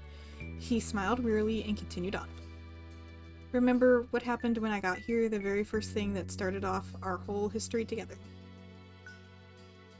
The ends of your mouth quirked to match Cove's bent grin. Of course, it was the deal your dad came up with. The $20. Oh, sorry. I can't seem to recall. Right, Dad's master plan to pay you to be my friend. That exact point of life was held safely in the library of your memories. The scene, the sensations, it was all something you could never forget. Not because of what it was, but because of where it took you, the journey that had begun in that moment and brought you to where you stood now. The mischievous expression on your face softened from the warmth coming over you just thinking back on it all. Cove was buoyed by the reaction, and he continued to say what was on his mind. So... And do you remember what happened when I found out about that 20? You cried. Cove's tone was playful, possibly to try disguising the bashful, hopeful edge under the surface. He was much too transparent to hide that from you, though. It made you cry. I definitely remember you got really mad. You were upset when your dad gave us half a $20 bill to cheer you up. Yeah, it did. And then my dad tried to cheer me up by giving us both a 20, at least a torn in half one. He recalled back on that summer evening so many years ago when you and Cove were taking the first tentative steps in your relationship. It hadn't been easy, but you were grateful you'd decided to be honest with him from the start. And the present situation came rushing back to you in the pretense of nonchalance. Pretense of nonchalance fell away from Cove's voice. With painfully delicate words, he asked another question. Do you know where that ripped piece of money I got is now? Actually, that's a good question. What did we do with that? Your eyebrows shot up. You had yours, but that was his keepsake to do with what he wanted. Did I have mine? I guess I do. But if he's asking that, then...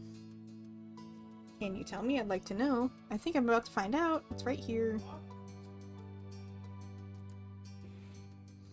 A sparkling smile that filled his whole face grew. The corners of his eyes crinkled with his rising cheeks.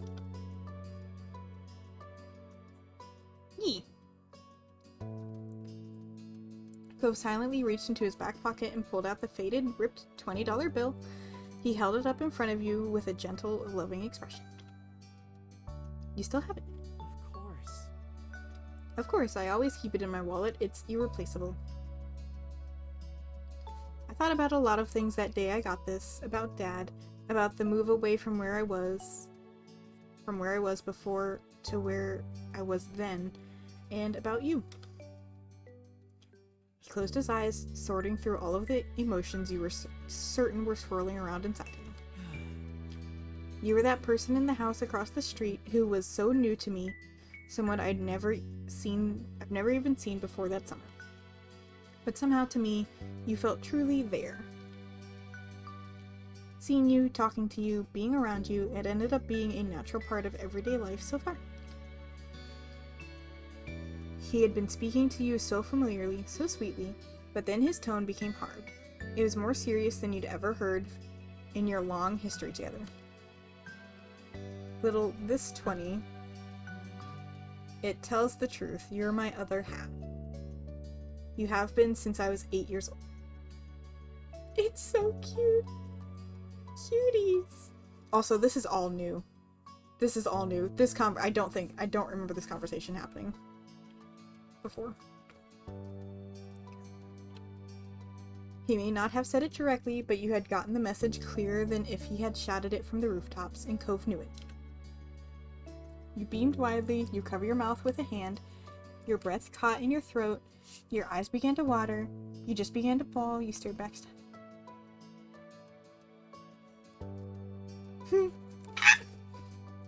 Cove's legs shook despite talking straight. His entire body had gone rigid, all of the above. Had gone rigid. He winced while trying to force his joints to actually move. Your feet remained locked in place, churning in your own sea of emotions, giving Cove the time he needed. Ultimately, Cove graciously dropped down onto both of his knees with a muted thud.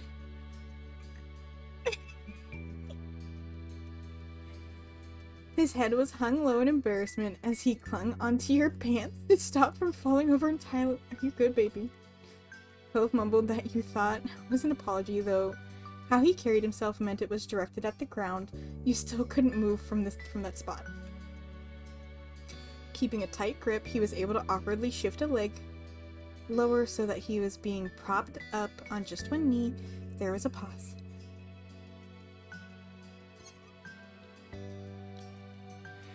And then he looked up at you with his eyes as blue and wide as the sea and just as wet. He released your clothes and instead put his hands over his heart. Little... In a small, fragile voice, he spoke. I love you. I love you. You mean so much to me. I don't even know what life would be like without you. Tears fell heavily and the words dropped out as painfully. I'm sorry, have I ever been able to handle a major romantic moment in our relationship well? You don't have to answer that. He laughed breathily. It was almost more of a wheeze. I've never made things easy, especially when growing up. Life was so hard for me, and so I made things harder for everybody else. But you were always so good to me no matter what. And I've loved you for so many years. He continued to sniffle as he made a few false continuations of unintelligible stammering. Eventually, Cove found what he wanted to say next. Thank you for being my girlfriend. Thank you for trying to share the loft with me instead of having to sleep on the floor when we went on that trip with our families, and sorry I got you caught. Thank you for standing up to Lizzie when she would be mean to me. Thank you for all the gifts when I had to go away to my mom's house. Thank you for playing hide and seek with me when I left to go on my own at the library. Cove's eyelids squeezed shut in an attempt to stop himself from rambling further. You couldn't help but chuckle at how precious he was. You had to hide your face bashfully. Your eyes began to tear up.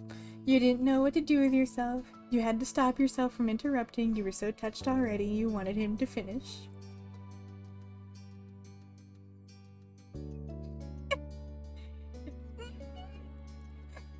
It's so fucking cute! Cove's outpouring of gratitude culminated in a final piece of appreciation. All of the above, again. Thanks for waiting. And thank you for being such a patient person. I know you kept waiting so long. It fucking hurts. But I pick you, and you pick me. That's the way it's been ever since we've known each other. I hope it'll stay that way forever.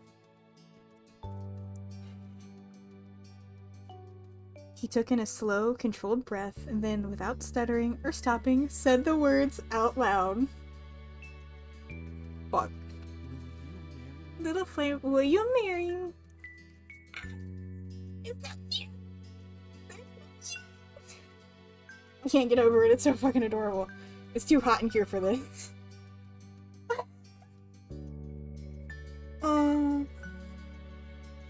If mine isn't that good, I don't want it. It's so cute. I love him. He's so sweet. There's not... I love that there's not an option to say no. I will. There's nothing that I'd want more. Yes, I'd be happy to. Of course, finally. You bet you will. Or you bet I will.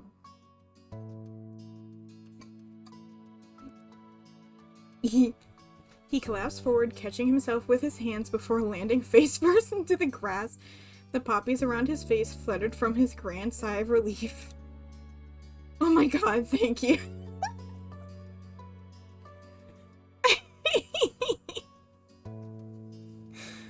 Oh god, the tension. You're good, baby.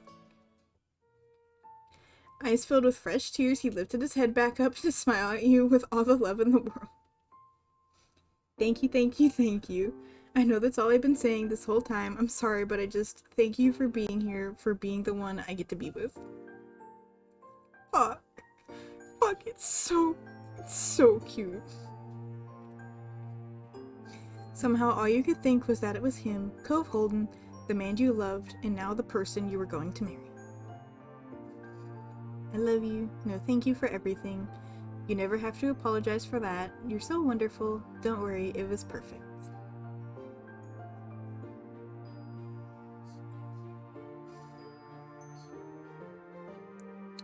Fuck!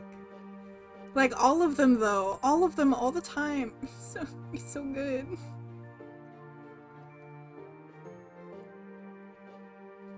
Then you embraced him, you pulled him into a kiss, you got down in the grass and kissed him. You smiled from the bottom of your heart.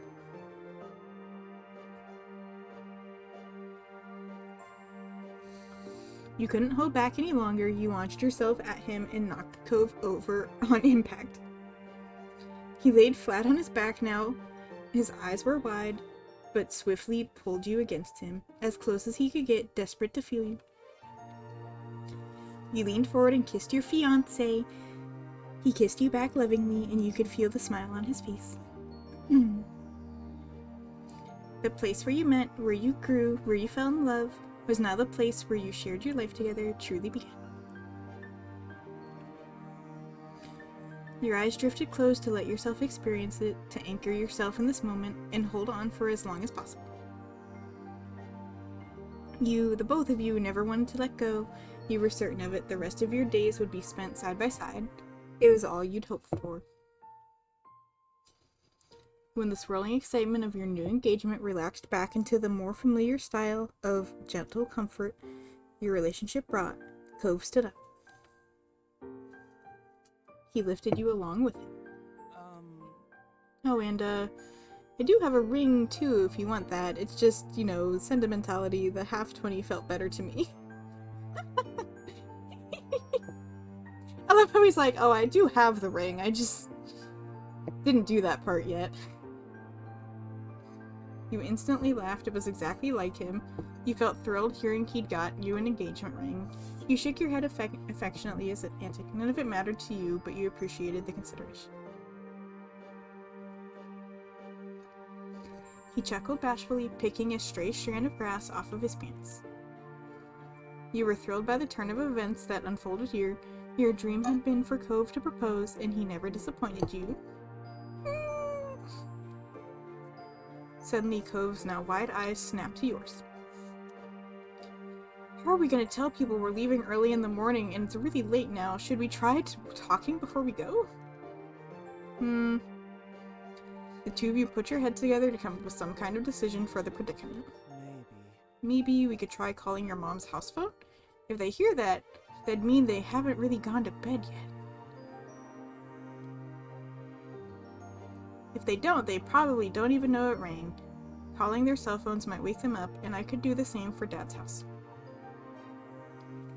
Why are we're coming up with, like, elaborate plans. In sync, you and Cove dug out your cells and began to call their respective homes for your families. Cove stepped to the side as his father presumably picked up. You couldn't pay attention to his words for long as Mom answered your call next. Same residence, how can I help you? Hi Mom, it's me. I wanted to see if you're awake without bothering you if you'd gone to bed. Yeah, who raised such a thoughtful person? I'm impressed. She chuckled at her own comment while getting quieter. You could tell she was pulling her face away from the receiver. Lonnie Little is on the phone. When she spoke again, it came in loud and clear. She's coming on over. Oh, You twisted your head to the side after hearing Cove's exclamation and saw him tap his screen to switch things to speaker mode. Say hi, Dad and Mom. Little is here, and so are her moms, sort of. They're on the phone, too. Are we just... The houses are right there. We could just go to the houses. Whatever. You quickly followed Cove's move and let your moms be on speaker. Hi, Flame family. Good evening, ladies. Speakerphone announcement. Yeah. Hello, it's nice to hear from you. Agreed, even though it's unexpected. What's happening, kiddos? Well, the thing is, we, Wait, I'm gonna call Liz. Pam, get your phone. We can... Ma knows what's up. She knows. She knows. What, you don't have to do that. I want to, sweetie. This news you're going to enjoy hearing, isn't it? I'm certain they won't mind. She's it. She knows. I mean... Alright. Hey, in that case, Kira and I could call your friends. They've got their numbers. Fuck me. Why couldn't we just go to the houses, baby? Seriously? Of course. They've had to call me plenty of times to try reaching you whenever you misplaced your phone or forgot to charge it. Dad.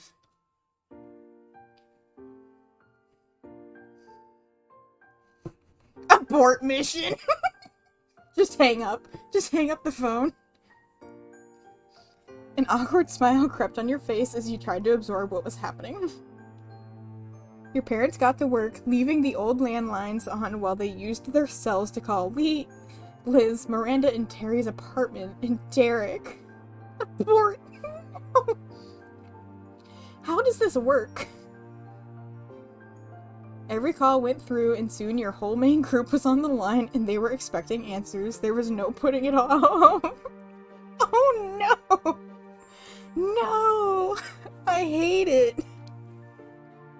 I have an announcement. Well, Cove's got an announcement. I just listened to Cove expectantly. This was Cove's idea. I want to see what he says, but I also want to spare my baby from the embarrassment. But then again, I wouldn't be able to do it. Fucking... I'll make him do it. Fuck it. Huh? Yeah, you started this mess. You're the one who wanted to call them. He sputtered a string of syllables, and then he cleared his throat. All false starts he thought better of. You could feel his brain turning. Cove decided the best way to approach this. His brows furrowed deep, and then, with his expression and tone serious, he finally got it out without a trace of hesitation. We're getting married. Little and I are engaged. Cove reached over to take your hand as a physical sign of your union. Even though no one could see it, it made him feel better. The hill filled with cheers of congratulations. You heard Terry's distinctive whoop and your mom start to joyful whisper to each other away from the receiver. Lee squealed and Kira sounds of thunderous, and everyone clapped. There was no confusion or need for pause. Everyone in your life was immediately on board with your plans. They were probably waiting for it. They're like, my god, they've been together for like 15 fucking years. Please, please just get married. Cove turned his head and beamed at you, excitement in his smile. it was coupled with a fond squeeze of your hand. You grinned back at him. I'm so glad. I'm so proud of you, Cove. The two of you are going to be happy, I'm sure. Cove sniffed, his eyes wide and emotional. Yeah, I will be. Both of us will be. Kira spoke up gently. Thank you. Thank you for being so wonderful to my baby. I'm lucky and grateful that you're going to be a part of my life forever. Well put, Kira. Little is a keeper for sure. Your family couldn't stay quiet for long and began to chime in. I can't believe how grown up you are, but I couldn't be happier with how it all happened. Congratulations. You're one of the smartest cookies there, you know. Or smartest cookies there are. You're making an amazing life for yourself. Seriously? This is totally amazing. You're seriously getting married. It's like they're real adults and all that. Hey. It'd almost be hard to believe that my baby sister is marrying a person. You know, if Cove wasn't such an obvious choice as a husband for you. Yeah. I can't imagine anybody's really shocked. Her tone turned abnormally gentle. You're doing good. Thanks for the positive rating. You're welcome. Lee giggled and your mom's had some cackles, or chuckles, sorry. Cove stood awkwardly, not entirely sure if he or Liz was being laughed at. Your three friends had stayed silent. You believed that they were intentionally giving your families a chance to have a moment. But once they said their pieces, it didn't take long for your friends to jump into the conversation excitedly. 10 out of 10 husband material. He is! He's perfect! Congratulations on the engagement.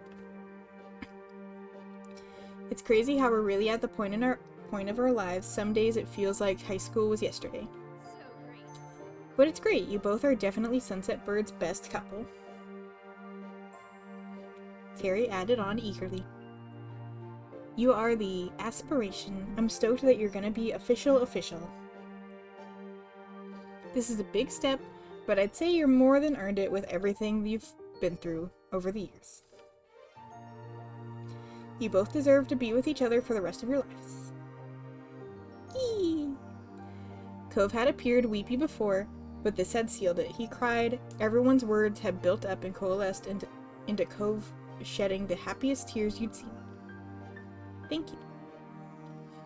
These were people you cared dearly about. They were so happy from your engagement, it was heartwarming. Good luck, kiddos. You've got a journey ahead of you. Cliff agreed with a chuckle. You've known each other for 15 years already. It still haven't gotten sick of each other yet. How hard could making it work for the rest of your lives be? Well, It's no trouble. for the two of them, not difficult at all. I don't even know what to say. You all better come again for the actual wedding.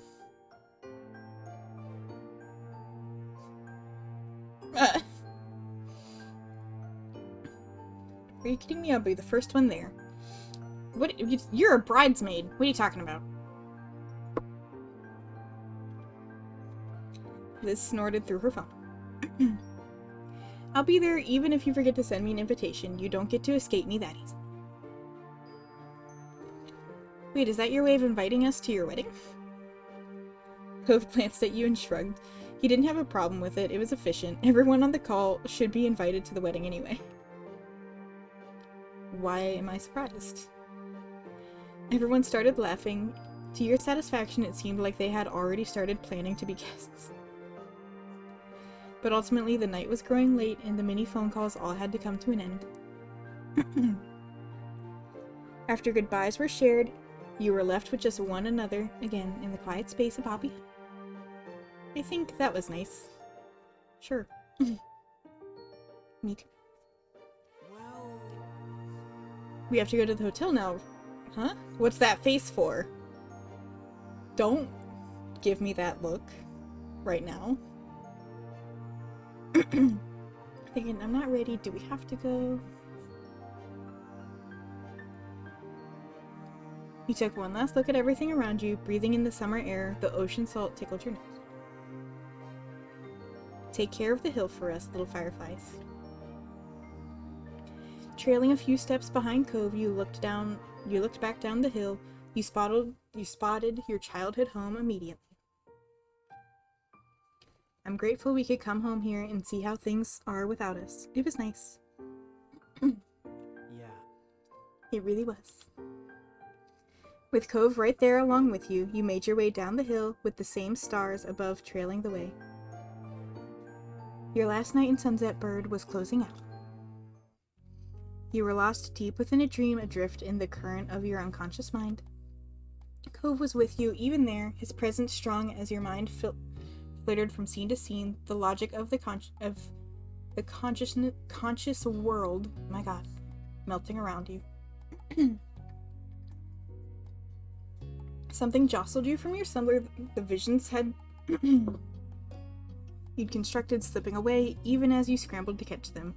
It had been a good dream. You opened your eyes to an unlit, unfamiliar ceiling. The darkness permeated the room, and so thoroughly that you were sure it was still the middle of the night. As your eyes adjusted to what little light there was to catch onto, a smiling face cozied itself right above you. There he was. Good morning.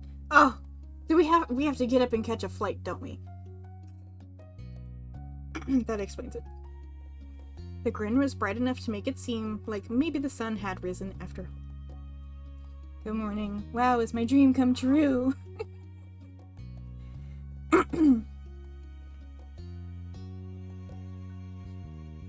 Please stop being a morning person.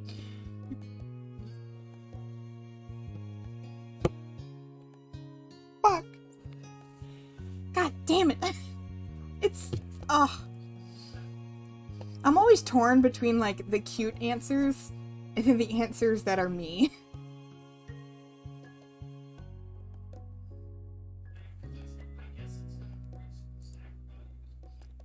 You simply could not cope with this much energy radiating off of him right now.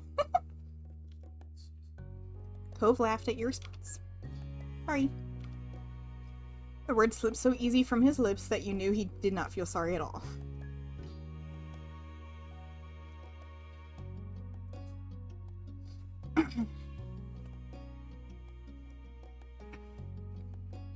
You propped yourself up on your elbows, you leaned in towards him. Cove read the intent in your movements and bent down, meeting you halfway in a kiss. Would you have preferred me to wake you up by tapping on the window?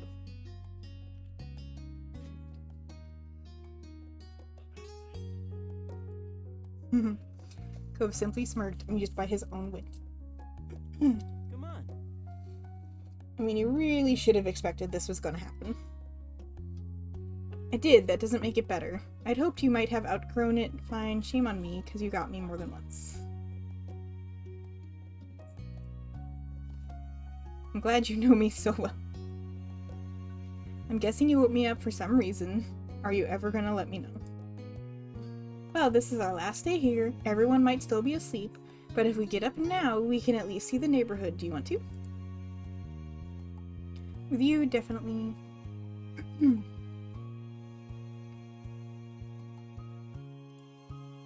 right. Great. Then he held out one of those hands to help you get up. You took it, you held out both arms, wordlessly asking him to lift you.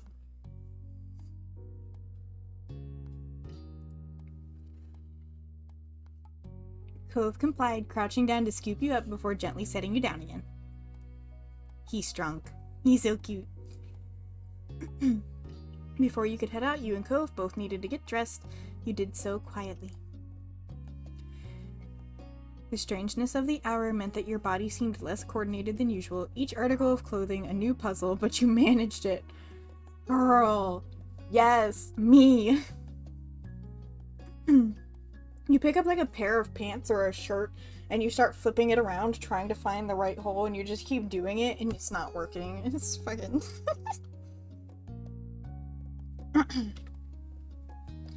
Dawn still hadn't broken when you left the hotel, yet it was easy enough to get a ride down to into Sunset. The journey was peaceful. You might have expected sleep to attempt to claim you once again, with the sky still so dark, but Cove's excited energy was infectious. Morning was finally starting to come over Sunset Bird as you arrived, almost like the sun itself wanted to be there to welcome you. Cove turned towards you, his eyes sparkling with anticipation. One more summer beach trip? You laughed, nodding to reassure him, as if there was any alternative now that you were here and he was looking at you so eagerly. Yeah, one more. You could have taken your time getting there, dawdling under the morning sun, or you could have taken a short walk at a regular pace. And both of those would have been just right for some other occasion, but this time, without either of you saying a word, you and Cove set off sprinting. He 100% would just outpace me immediately. The two of you tore gleefully down the street towards the beach, as excited as ungainly as the kids you used to be, okay? You were laughing with joy and at the absurdity of it all, being here at the break of dawn with the boy you'd once discovered on the nearby hill who never completely grew up. Lala legs can't keep up. Yeah. That's when you gotta get, like, those roller skates. As it was still early, you did your best to keep the noise down. To the side, you saw Cove covering his mouth to stifle his own giggles, similarly aware of the people sleeping in the condos around you. Jetpack!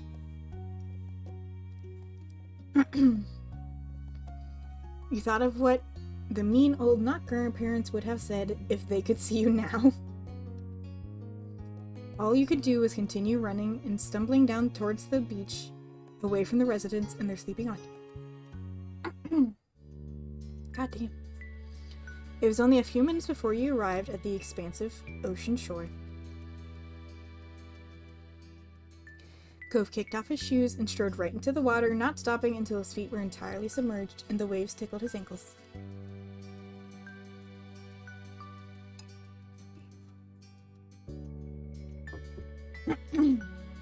After slipping your shoes off, you let the sea water flow over. It was cool against your skin, but not as cold as when the wave pulled you back and your wet feet were exposed to the air again. The two of you stood there, watching as the sun continued its ascent over the horizon. Silence fell between you until finally, dawn had fully broke. Even then, Cove spoke in a whisper. Wow. I can't believe it's over. I can't either. How are we already at this point? It all went too fast. Boy, you're really sounding like a kid again.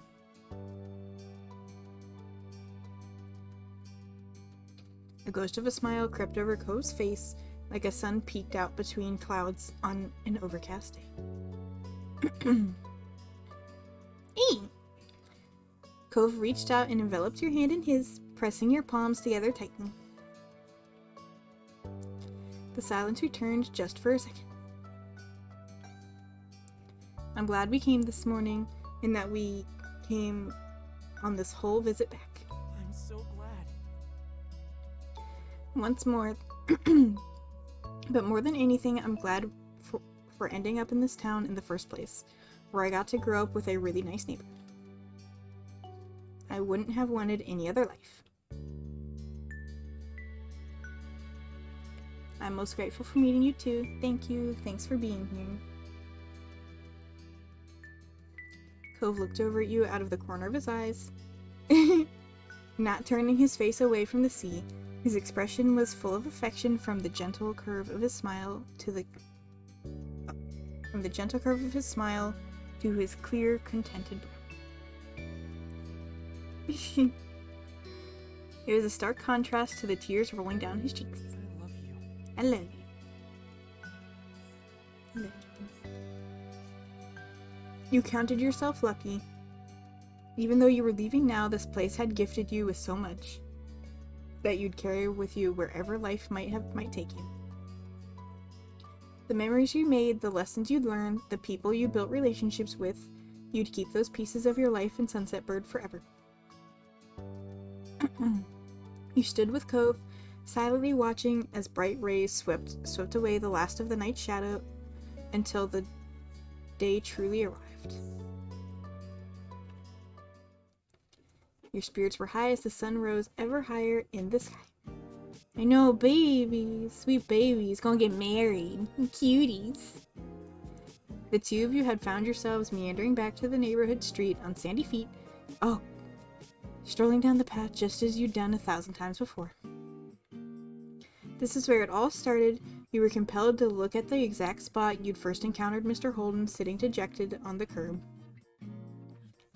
He wasn't like that anymore. Still, you couldn't forget the day it began, just as you couldn't believe what an adventure it led to. Things had never been the same since that moment, and you couldn't be happier for it. Your mental lingering on that meeting had turned physical, causing you to stop in your tracks. It was only when you heard Cove's voice calling your name that you remembered when you were and realized what you'd done. Oh. And what a present it was. A shining sun, a clear blue sky, and Cove James Holden by your side, all the most natural things in the world. So what's the next step? You watched Cove expectantly, waiting for him to guide you forward from here. There was a crinkle around his eyes as he laughed. It's up to you. Ah, that's meta as fuck! Ooh, exciting. You're giving me too much power. Aren't you worried about it going to my head? Cove smirked, shaking. It's okay. Don't worry about it. I'm listening, so go ahead. His eyes met yours, holding your gaze. I believe it. No matter how much time might pass, there were some things that you could count on to be constant. Cove, your family, his family, and all your other loved ones being there for you when you needed it was one of those things. Since the beginning and for always. Knowing they were there and you would never be truly alone made the future look all that much brighter.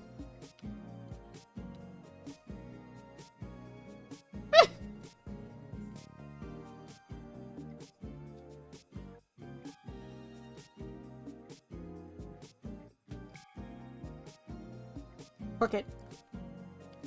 You were teasing him with that call, of course, but so much reminiscing about growing up had made you yearn for him. After all, Sunset Bird had given you Cove. You wanted to enjoy both of them together. Cove sputtered out a laugh. He covered his mouth with his hands, staring at you over them with wide eyes. So you don't want to? He slowly lowered his hands, his gaze flicking shyly between you and the ground. No, that'd be perfect. Cuties! Your days growing up at Sunset Bird had been so wonderful, even the prospect of leaving again made your chest ache, yet you weren't going to let that stop. It would be hard, but you knew that it would still be there, waiting whenever you wanted to return. Facing Cove, who'd been by your side through it all, you knew that one day you'd look back on these moments, now just as you fondly reminisced about your childhood growing up here. Each happy moment you experienced became only a memory of what used to be. But that was what life was, and it was okay. As it was from the beginning, and continued that way for always, life took another step forward. Yee!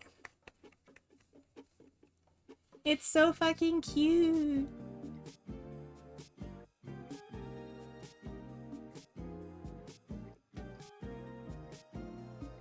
Cuties. Thank you so much for getting... Oh! The DLC! They're going to tell me how to do it. Because you're engaged to Cove in this playthrough, you can choose to continue your story into the wedding planning events if you like. And you can always make a save here and come back if you want to return to the option later on. Okay. Here we go. Save.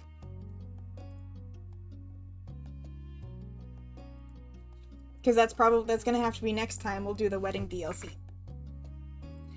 And then we'll be done with this one for a while at least. Because I want to play the Derek DLC but I can't get it right now. And again, I don't know if I want to stream that one or not.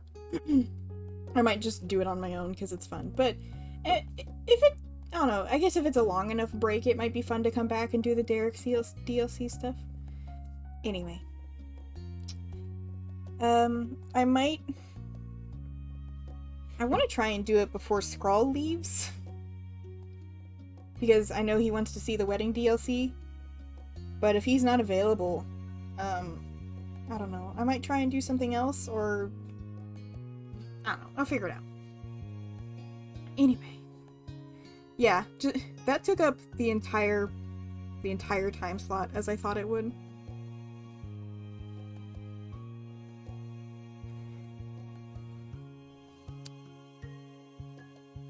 Anyway, yay! Wedding DLC next time, maybe tomorrow-ish. I have no idea how long it is, but I have no idea what happens in it either, actually. A wedding.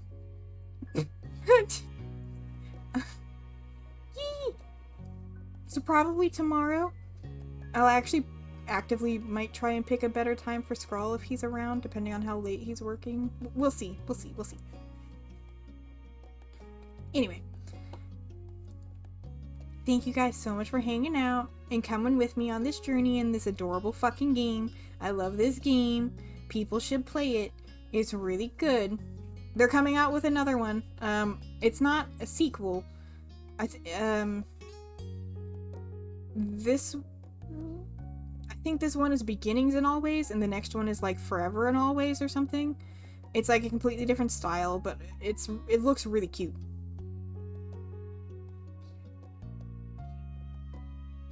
Basically an hour after I started today. Yeah. Well, I don't know how long it is the issue. It's probably not as long as this, is it? It might be. I mean, it is a whole DLC all on its own. So it might be pretty, at least as long as this. I wonder. Okay. Anyway. I'll be back another day and we'll finish this out. Thank you guys so much for hanging out. Good night and goodbye.